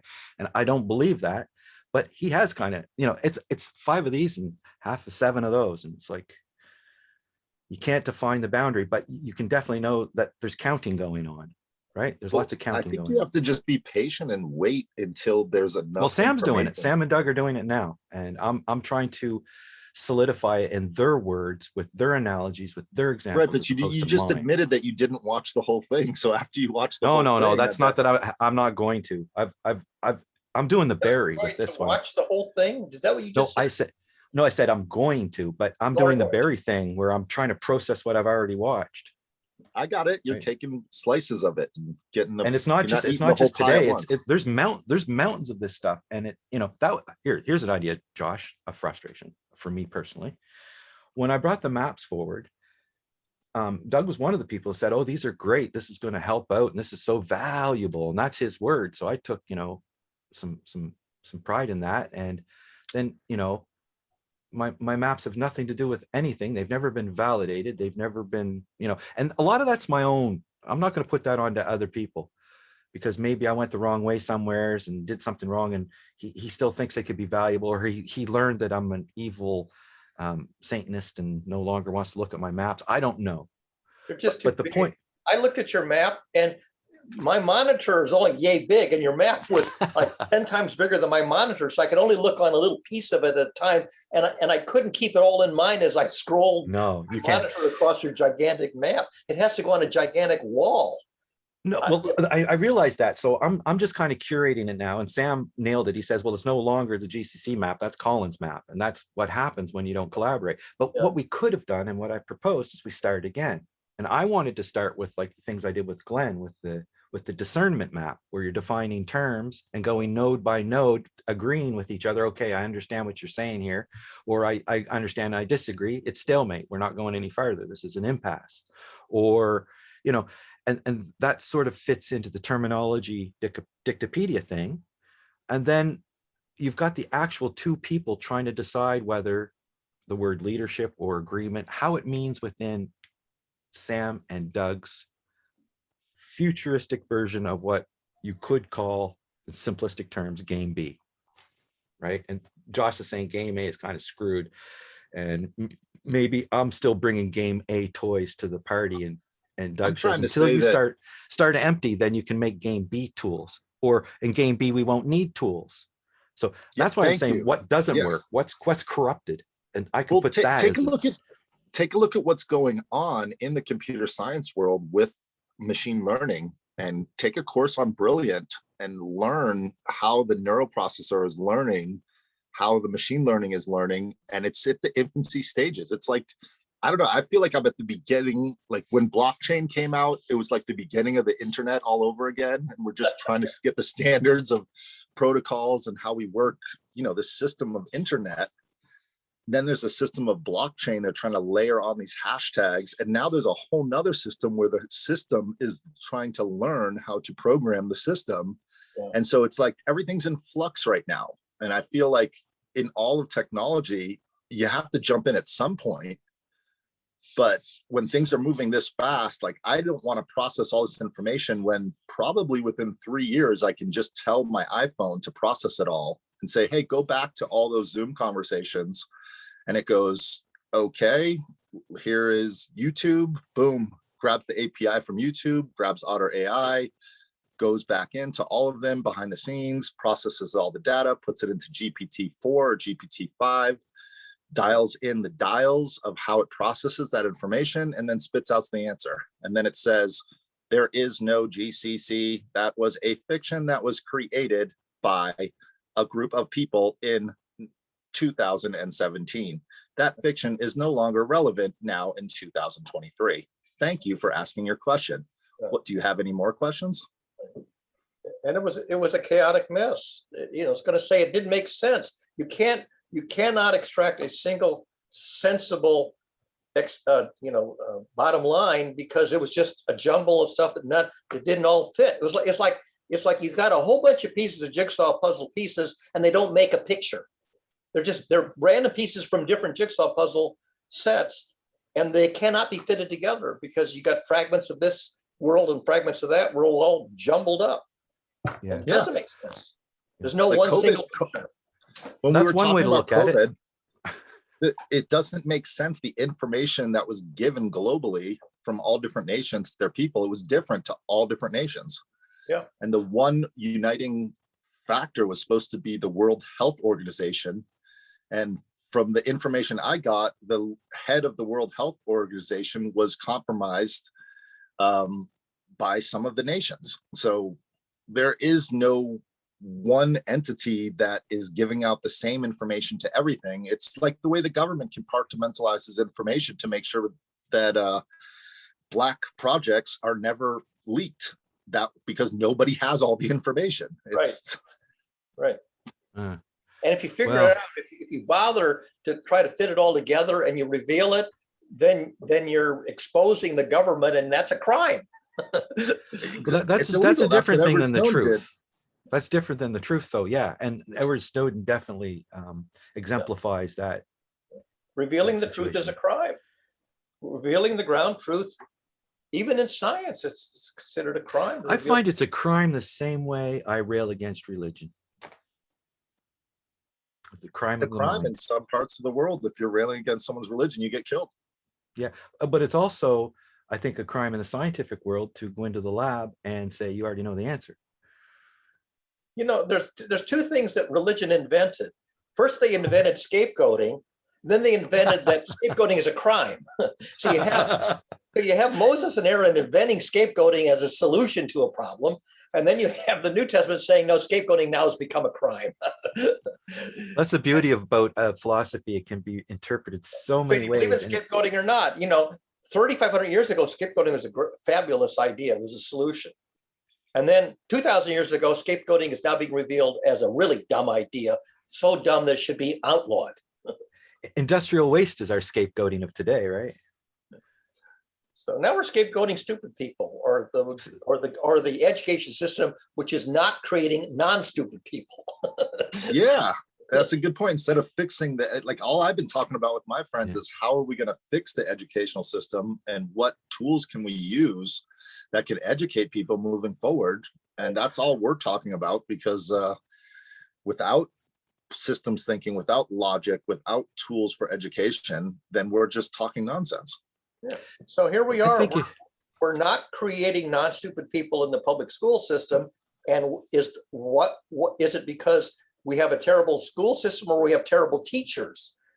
So who are you going to scapegoat for the fact that we're not educating intelligent people? I like scapegoating, and I would say George Bush's No Child Left Behind in America was a huge downgrade in the system of education. It gave teachers the ability to not do their job. We have great teachers out there, but it gave them the ability to keep their job and not do their job. And if you look at that system, what it is it allows for you to pass a test at the minimum viable understanding. Yeah, teach to test, test to teach. Yeah. So basically, people could get they